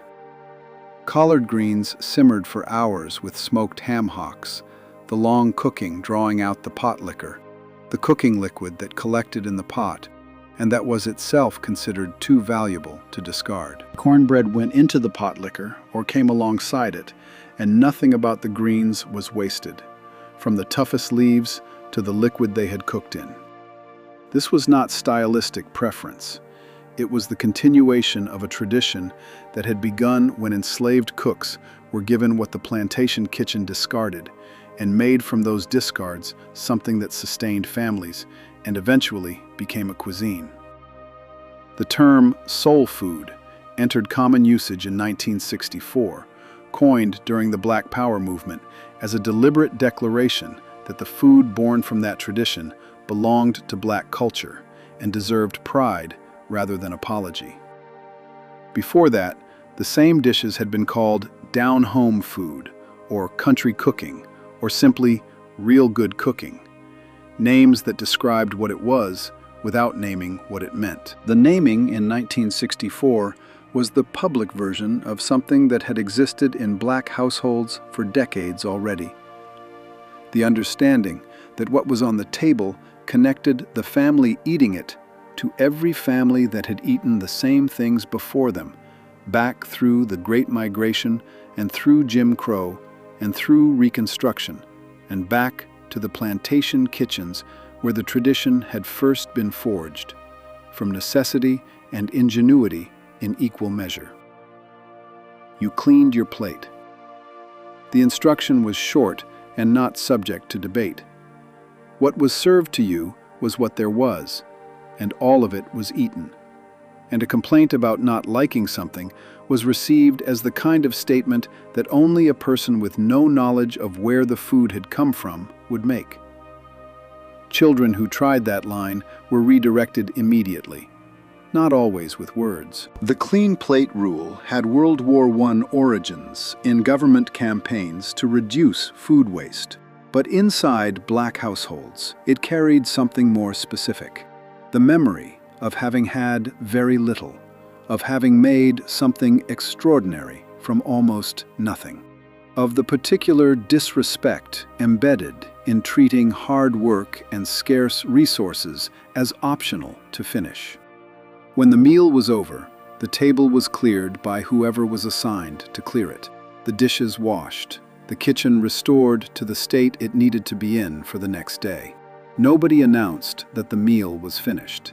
It simply concluded, the blessing at the beginning and the work of cleanup at the end, framing everything that had happened between them. That was simply how the meal worked. Before we move on, if you're enjoying this analysis, please consider subscribing. It helps the channel tremendously. The table closed every night the same way, but there was a rule that governed everything that happened before the table was ever set. A rule about money and the specific way this household treated it, that ran underneath the whole daily operation of the house, whether anyone said it out loud or not. Section 19. The house always had something tucked away. Your grandmother always had something tucked away, not in a bank or not only in a bank, but somewhere inside the house itself, in a location she had chosen and that she did not announce. The coffee can on the high shelf, the envelope in the Bible, the folded bills in the bottom of the sweater drawer under things she never wore in summer. Whatever the hiding place, something was always there, set aside before the bills were paid and before any discretionary spending happened, because the practice of keeping something back was not optional in that house and had never been optional. This was the money rule that ran underneath everything else, not written down, not explained in terms that a child could have repeated back on demand, but absorbed through proximity, through watching, through the specific understanding that the house operated with a reserve, and that the reserve was not touched for ordinary reasons. The reserve was for the kind of thing you could not see coming. For the week, the hours at work got cut. For the medical bill nobody planned on. For the moment when the family needed to be able to move without waiting for anyone else's permission. The reserve was protection, and protecting it was a form of discipline the household treated as fundamental. Children were not told the details of the family's financial situation. This was related to the rule from Section 4 about keeping family business inside the family, but it had its own specific application to money. You did not know exactly what your parents earned. You did not know the exact amount of the rent or the mortgage. You knew whether things were tight because you could feel it in the house, in what appeared at the table and what didn't, in the specific quietness that settled over certain conversations adults had when they thought you were out of earshot. But the numbers were not shared, and asking about them directly was not encouraged. Money was adult business, and adult business had its proper boundary. Journalist and personal finance writer Michelle Singletary, who was raised largely by her grandmother in the late 1960s and early 1970s, wrote about a household that operated on a version of this ethic with a precision that people raised inside it recognized immediately. Her grandmother refused to apply for public assistance, despite qualifying for it, because a social worker coming to inspect the home was a kind of exposure she would not accept. Her grandmother's position on the household's dignity and its finances ran in the same direction, summarized in a phrase she repeated: "Just because you're poor doesn't mean you have to look like you're poor." The plastic on the carpet, the pressed dresses on the grandchildren, the immaculate kept order of everything visible, all of it was the household making the same argument with its financial conduct that it made with every other rule. What was inside these walls was managed correctly, and managed by the people inside them, and was not available for outside evaluation. You were also taught, by demonstration rather than lecture, that cash was real and debt was dangerous. What you held in your hand was what you had. Spending beyond that was spending what belonged to someone else, and owing someone else money put them in a position over you that the household philosophy did not accept. Credit cards existed by the mid-1960s, but families who had built their understanding of money inside systems that had consistently used debt as a tool of control against them carried a specific suspicion of borrowing that went beyond ordinary financial caution. The sharecropping ledger, the furnishing merchant, the installment plan from which escape was nearly impossible, all of it was recent enough that the adults in the household could name people who had been destroyed by debt they could not repay. You did not borrow what you could not see your clear way to giving back. Children learned their first financial habit at church, placing the offering in the envelope before the service started. The money set aside for God came out first, before anything else was considered. The principle behind the practice was the same one that governed the reserve at home. Some portion went somewhere before any other claim was made on it. By the time you were old enough to have spending money of any kind, the order of operations was already in your body. That was simply how the house understood money. Money was handled quietly, carefully, and internally. But there was a specific kind of trouble that the house would not let happen quietly at all, a rule about how conflict between family members was handled, and the absolute prohibition on letting it become visible to anyone who lived beyond the front door. Section 20. What happened in this house was not for outside. When the voices went quiet and low, you knew to find somewhere else to be. Not because anyone told you to leave, because you had been in that house long enough to recognize the shift in register, the specific drop in volume that meant the adults were discussing something that was not for children and was not for outside. And your presence near that conversation was not wanted. You drifted toward the back of the house, or you went outside, or you became suddenly very interested in something in another room, and the conversation behind you continued in the tones that meant it was serious and private and would not be repeated. Conflict inside black households in the 1960s was handled inside. This was not a rule anyone announced. It was the operating principle that governed how disagreement and difficulty were managed, and it applied at every level, from the minor frustrations of daily household life to the serious ruptures that tested families. You did not argue where a neighbor could hear you. You did not fight in the yard or on the porch, or in any space where the sound or the sight of it could reach anyone who did not live inside the same walls. Whatever needed to be said got said where it could not be overheard, and whatever resolution was arrived at privately, without any outside party being consulted, unless the people inside the house had made a specific and deliberate decision to bring someone in. Children who took family difficulties to school, who told a teacher about an argument they had witnessed at home, or mentioned to a friend something that was happening inside the household, were corrected quickly and specifically. Not because the household was hiding something shameful, because information about the family's internal life belonged to the family, and distributing it without permission was a violation of a boundary that the household enforced, the same way it enforced every other boundary. The instruction was short. Don't tell that at school. Or some version of it. The implication was complete and did not require expansion. The instinct behind the rule went deeper than ordinary privacy. A columnist writing in a Detroit paper about the tendency of Black Americans to keep internal problems strictly internal described it plainly. It felt like being besieged, like needing to circle the wagons.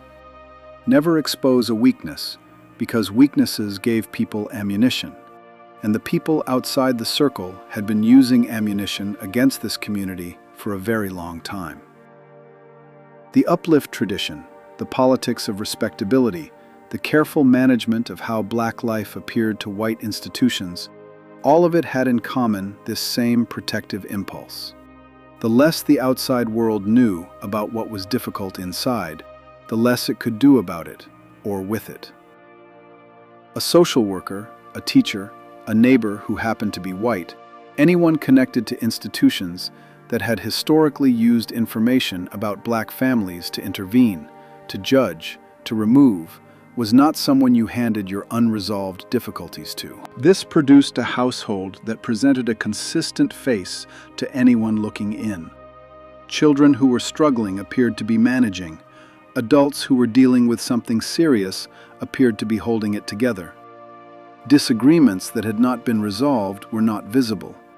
The family, whatever it was facing it internally, and the posture it maintained outside was the posture of a household that was handling its own affairs on its own terms, which it was.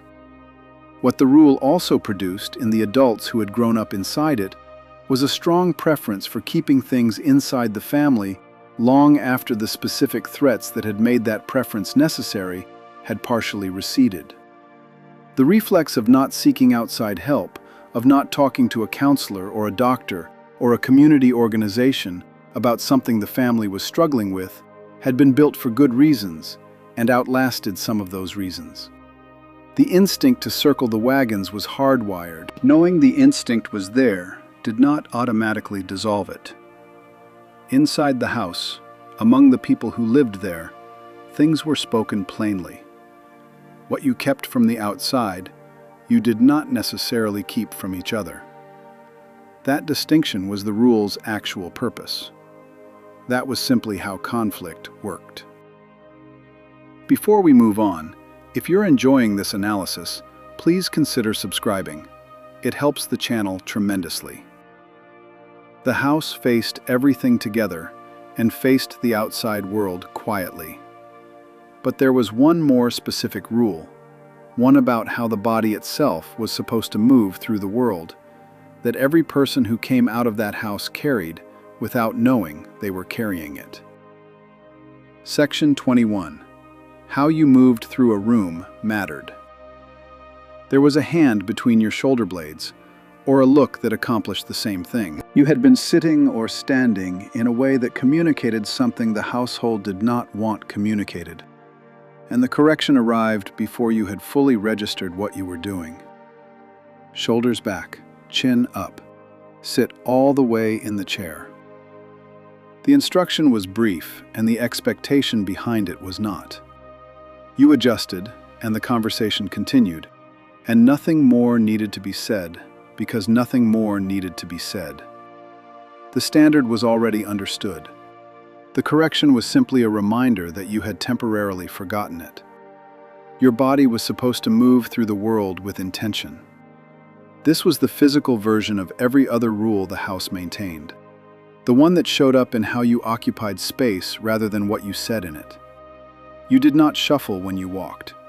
You did not drift into a room sideways or hover near the door as though you were uncertain whether you had the right to enter. You walked in, stood where you were going to stand, and stood there, with your weight distributed and your spine doing what a spine was supposed to do. You did not lean against the wall at a gathering. You did not slump in a chair when adults were present. You did not arrange yourself in any position that communicated to a room that you were barely present barely engaged, or fundamentally unbothered by the fact of being there. The hands were part of it.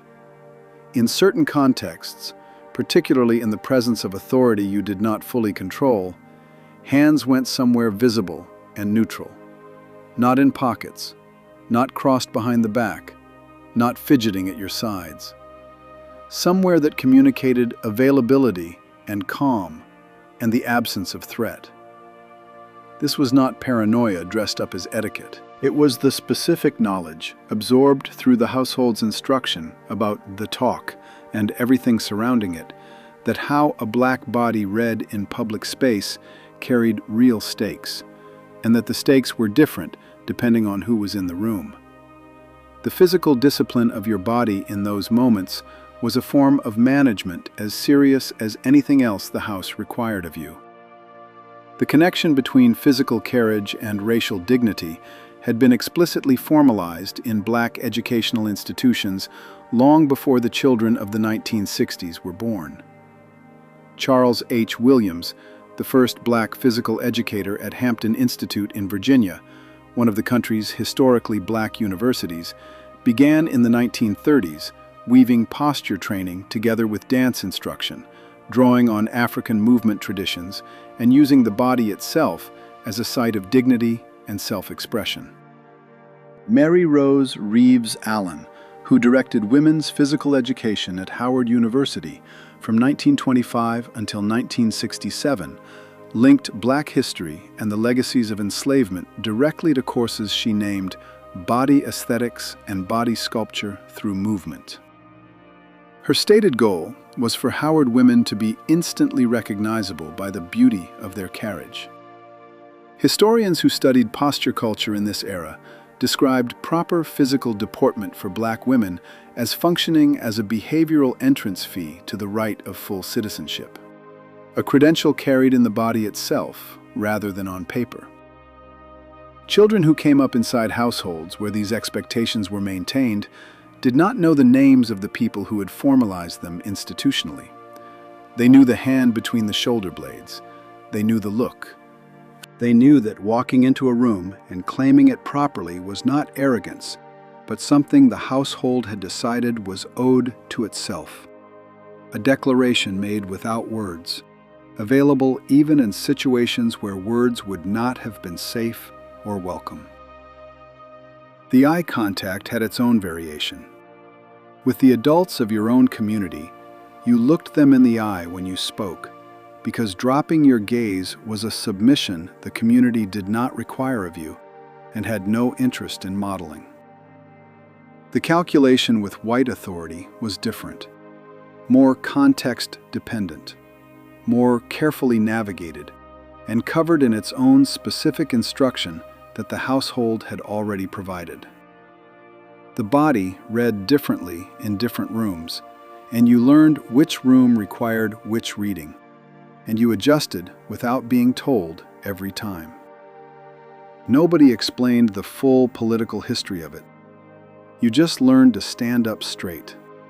The body moved through the world with intention, and when the body was going somewhere on a long trip, there was one more rule that applied even before you arrived anywhere. A rule about how you dressed for a journey, and what that said about who you were regardless of where you were going. Section 22. The shoebox came out the night before a trip.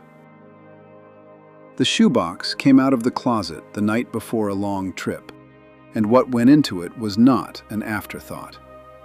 Cold fried chicken wrapped in wax paper went in first, pieces that had been cooked specifically for the road and not for the dinner table.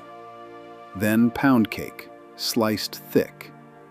Deviled eggs packed carefully so the filling stayed in place. Fruit that traveled without bruising. Country ham sandwiches with the bread pressed close. Whatever the exact contents of any particular household's box, the logic was the same across all of them. You were packing food for a journey, during which you could not count on being able to stop anywhere and be served without incident. And the food had to be substantial enough to last, and the container had to be something that could sit on a lap or on the floor of a back seat for hours without disaster. The shoebox lunch was a specific and practical response to a specific and documented problem. The Negro Motorist Green Book, published annually from 1936 until 1966 by Victor Green, a postal worker from Harlem, listed the hotels, restaurants, beauty parlors, and service stations across the country where black travelers would be served without humiliation. At its peak, the guide reached 2 million users. The families who relied on it understood what the guide's existence implied, that without it, a family driving from Michigan to Georgia or from California to Arkansas was navigating a landscape where the right to stop and eat and sleep and use the restroom was not guaranteed, and was in many places actively denied. The shoebox in the car was the household's answer to the miles between one Green Book listing and the next. Patrick Coleman, whose soul food restaurant Beans and Cornbread in Southfield, Michigan, began offering commemorative shoebox lunches in 2017 as a tribute to the tradition, described what his grandmother told him about traveling in that era. If the family got hungry on the road, they could not simply pull over at a rest stop or a restaurant in certain parts of the country. So his grandmother would fry chicken, slice pound cake, add fruit, and pack all of it into a shoebox before the car left the driveway. One woman who grew up traveling in the 1960s recalled her family driving from the Pacific Northwest to San Diego to visit relatives with a cooler packed with enough food for 3 days. The rules for the trip were stated before anyone got in the car. Bathroom stops in daylight only, and lunch was served inside the vehicle. You dressed properly for the trip. This was the rule that ran alongside the shoebox, and it was as consistently enforced.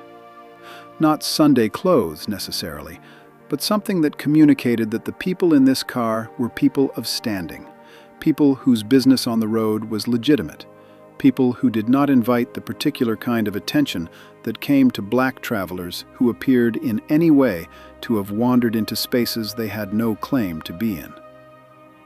The presentation of the car and the people in it was a form of negotiation with a world that was actively watching. A family that looked pulled together, dressed with intention, driving a vehicle that was in good repair, was a family that gave observers fewer openings. Children understood the ritual without understanding all of its history. You wore real clothes for the trip. You sat in the car quietly and did not cause scenes at the stops that were made. You did not ask for things at gas stations because the gas station was for gas and the shoebox was for food, and mixing those two categories complicated a transaction that the adults needed to stay simple. You watched the way your parents handled every interaction on the road with a precision that was different from how they handled interactions close to home, where the landscape was known and the people were familiar. Out there, every stop was a calculation. The Green Book printed its final edition in 1966 and 1967. By that point, the Civil Rights Act of 1964 had made official what many establishments had been resisting for years, that black travelers were entitled to the same service everyone else received.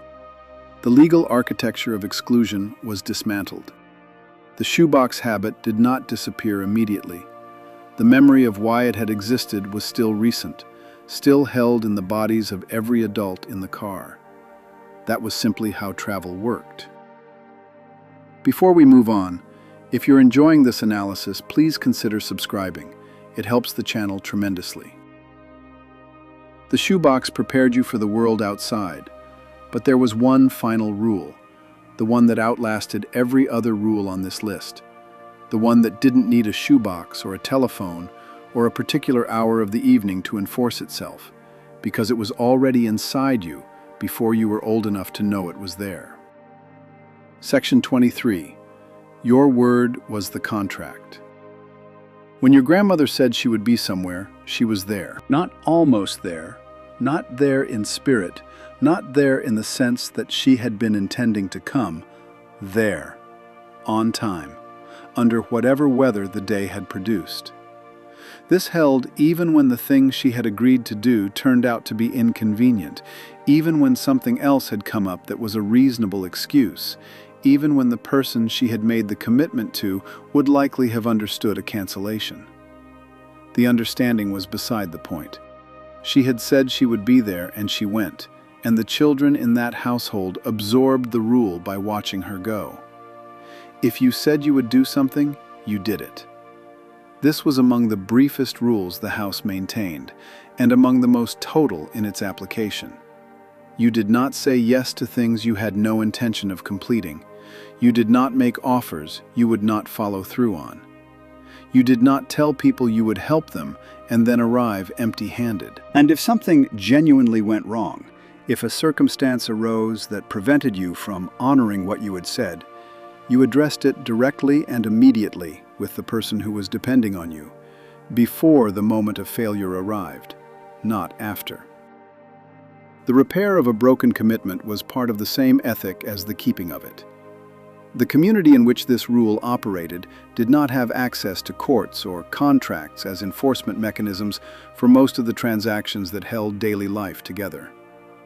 Black Americans in the South under Jim Crow could not reliably pursue legal remedies when agreements were violated against them. In many states and many contexts, the formal legal system was simply not available to enforce what the law theoretically guaranteed. What remained when formal enforcement was unavailable was the community's own system of accountability, which ran entirely on reputation and kept careful track of who had done what they said and who had not. The mutual aid structures that had sustained black communities since before the country itself was founded depended on this ethic to function. The African Union Society, formed in Newport, Rhode Island in 1780, one of the earliest documented black mutual aid societies in the country, operated as a burial society whose members paid dues with the expectation that those dues would be used when needed, and that the expectation itself was honored. The Partner Hand, the Susu, the Church Building Fund, the Exchange Network, documented by Carol Stack in her research on black urban communities in the late 1960s, all of these operated the same way. Nobody signed anything. The obligation was created by what you said you would do, and the community enforced it through something much more immediate and lasting than any court: the shared knowledge of whether you had kept your word. Children in these households were taught the rule as directly as they were taught anything. Don't say you'll do something you don't plan to do. Don't make promises you can't keep. If you borrow something, you return it in the condition you received it. If you take money, you pay it back on the timeline you said. The instruction was not complicated. The stakes behind it were. A person in that community who consistently failed to keep commitments lost something that was very difficult to recover. Not employment or legal standing or anything with an official mechanism, but the specific kind of trust that allowed the community's informal systems to include you. The Partner Hand worked because everyone paid. The Exchange Network worked because everyone gave back. A person who took without returning, who promised without delivering, who said yes and then did no, was eventually someone the community's safety net stopped extending to, not through punishment exactly, but through the natural contraction of a trust that had been repeatedly tested and failed. Your grandmother drove in the rain because her presence at that bedside was not a favor she had offered. It was a commitment she had made. The difference between those two things was the whole point. Nobody had to explain this. You watched it and you knew it. Every rule in this house came down to how you treated people and how you expected to be treated in return. But underneath all of it, underneath the rules and the posture and the prayer and the shoebox and the word you kept, there was something that never had a rule shape at all. The next section is about that. Section 24. Nobody said it every day because it was in everything. Nobody said I love you every day in that house. Nobody needed to. The words were present when the occasion called for them, at specific moments that deserved them. But they were not deployed as a daily announcement, because the daily announcement was already happening in every other form the house took. It was in the hot comb, applied carefully enough not to burn you, which required patience you had not asked for, and which was given anyway. It was in the food prepared before anything else in the morning. It was in the ironed collar and the polished shoes and the Vaseline applied to knees that would be seen in public by people whose opinion of you mattered to the person doing the applying. Love in that house ran in the infrastructure of daily life, not in the narration of it. Scholar Patricia Collins, who spent decades studying Black family life, put the observation plainly. For too many Black mothers, the demands of providing for children were so consuming that affection often had to wait until the basic needs of physical survival were met. And then she made the point that the provision itself was the affection. When a mother described her love by asking, "Don't I feed you?" she was not being cold. She was pointing at the actual evidence of what she felt, the hours and the labor and the money and the planning that had gone into the feeding, day after day, without anyone thanking her for it or being asked to notice it at all. Alice Walker wrote about her own mother in an essay that has lasted because it named something true. Her mother made all the clothes the family wore, made the towels and the sheets, spent summers canning vegetables and fruits, spent winter evenings making quilts. This was not described as labor separate from love.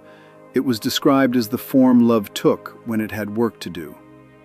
The hands that made the quilts were the same hands that communicated everything the voice did not say directly, and they communicated it through 40 years of making things that would keep the family warm. Episcopal priest and theologian Kelly Brown Douglas spoke in an interview about her own grandmother, a woman with little more than a sixth-grade education who worked as an elevator operator, sitting in a small, enclosed car for 8 hours a day, going up and down in a building that required her labor and accorded her very little else.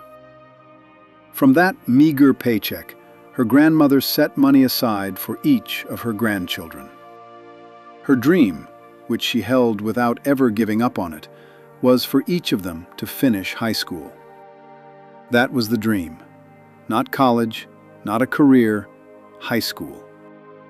And she saved for it out of what almost nothing she had, every payday, for years. That is the shape love took in that household, and it would be a mistake to call it anything other than what it was.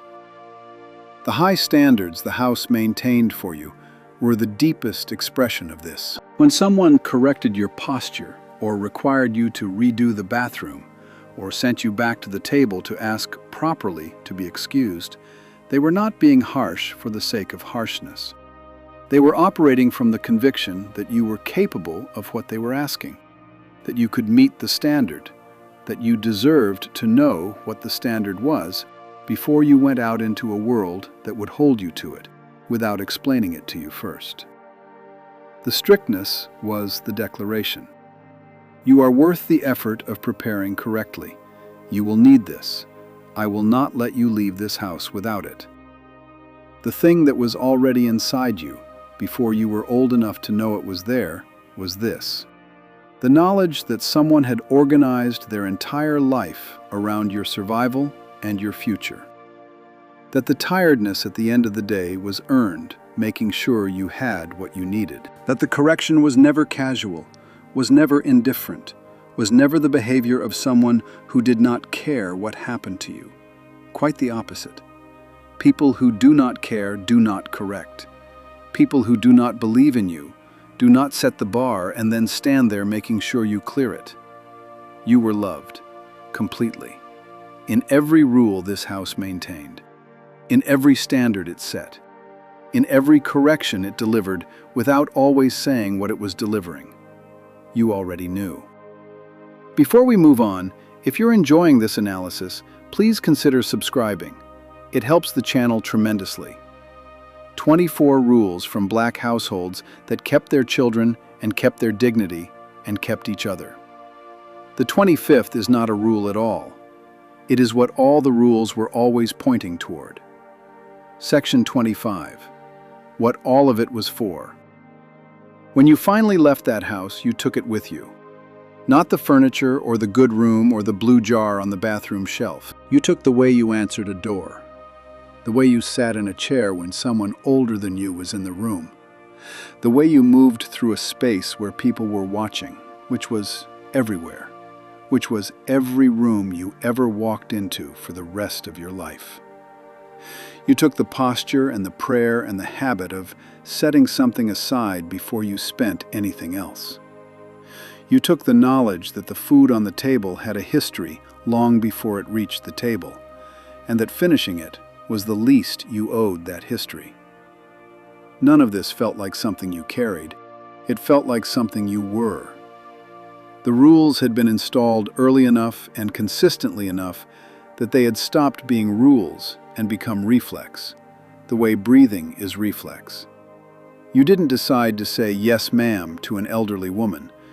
Your mouth simply did it, and the decision came after, when you noticed what you had done and recognized where it had come from. What the house had been building, through every correction and every expectation and every standard applied without explanation, was a self that could function in the world without the world's permission. This is worth saying plainly, because it is the thing that makes every rule on this list something other than ordinary etiquette. The hot comb, and the Sunday clothes, and the titles, and the prayer, and the homework at the table, and the Vaseline, and the word you kept, and the shoebox in the car were not separate practices that happened to occur inside the same household. They were a single argument, made in every room, in every season, in every generation. The argument was, you are worth this. You are worth the preparation. You are worth the standard. The world has its own idea about what you are worth, and the world is wrong. And this house will spend every day of your childhood making sure you know it. The country those households existed inside had spent more than 300 years constructing a system designed to tell Black people that they were less deserving, less capable, less human, less worth protecting, less worth educating, less worth the title, less worth the good room, less worth the shoebox filled with care before a journey that required it. The house knew this. The house had always known this, and the house's response was not to accept the assessment. Its response was to produce, one child at a time, one generation at a time, people who carried something inside them that the world's assessment had not been able to reach. Patricia Collins described the work of Black mothers as cultural labor, the transmission of survival knowledge from one body to the next, through the daily repetitions of care that looked like ordinary housekeeping from the outside and were, from the inside, a complete education in how to remain whole. The hot comb that appeared in the Smithsonian Museum of African American History and Culture is there because a small metal instrument used on Saturday nights in kitchens across this country carried that kind of weight. The museum knew what the instrument was actually for. You did not grow up understanding any of this as legacy. You understood it as Tuesday.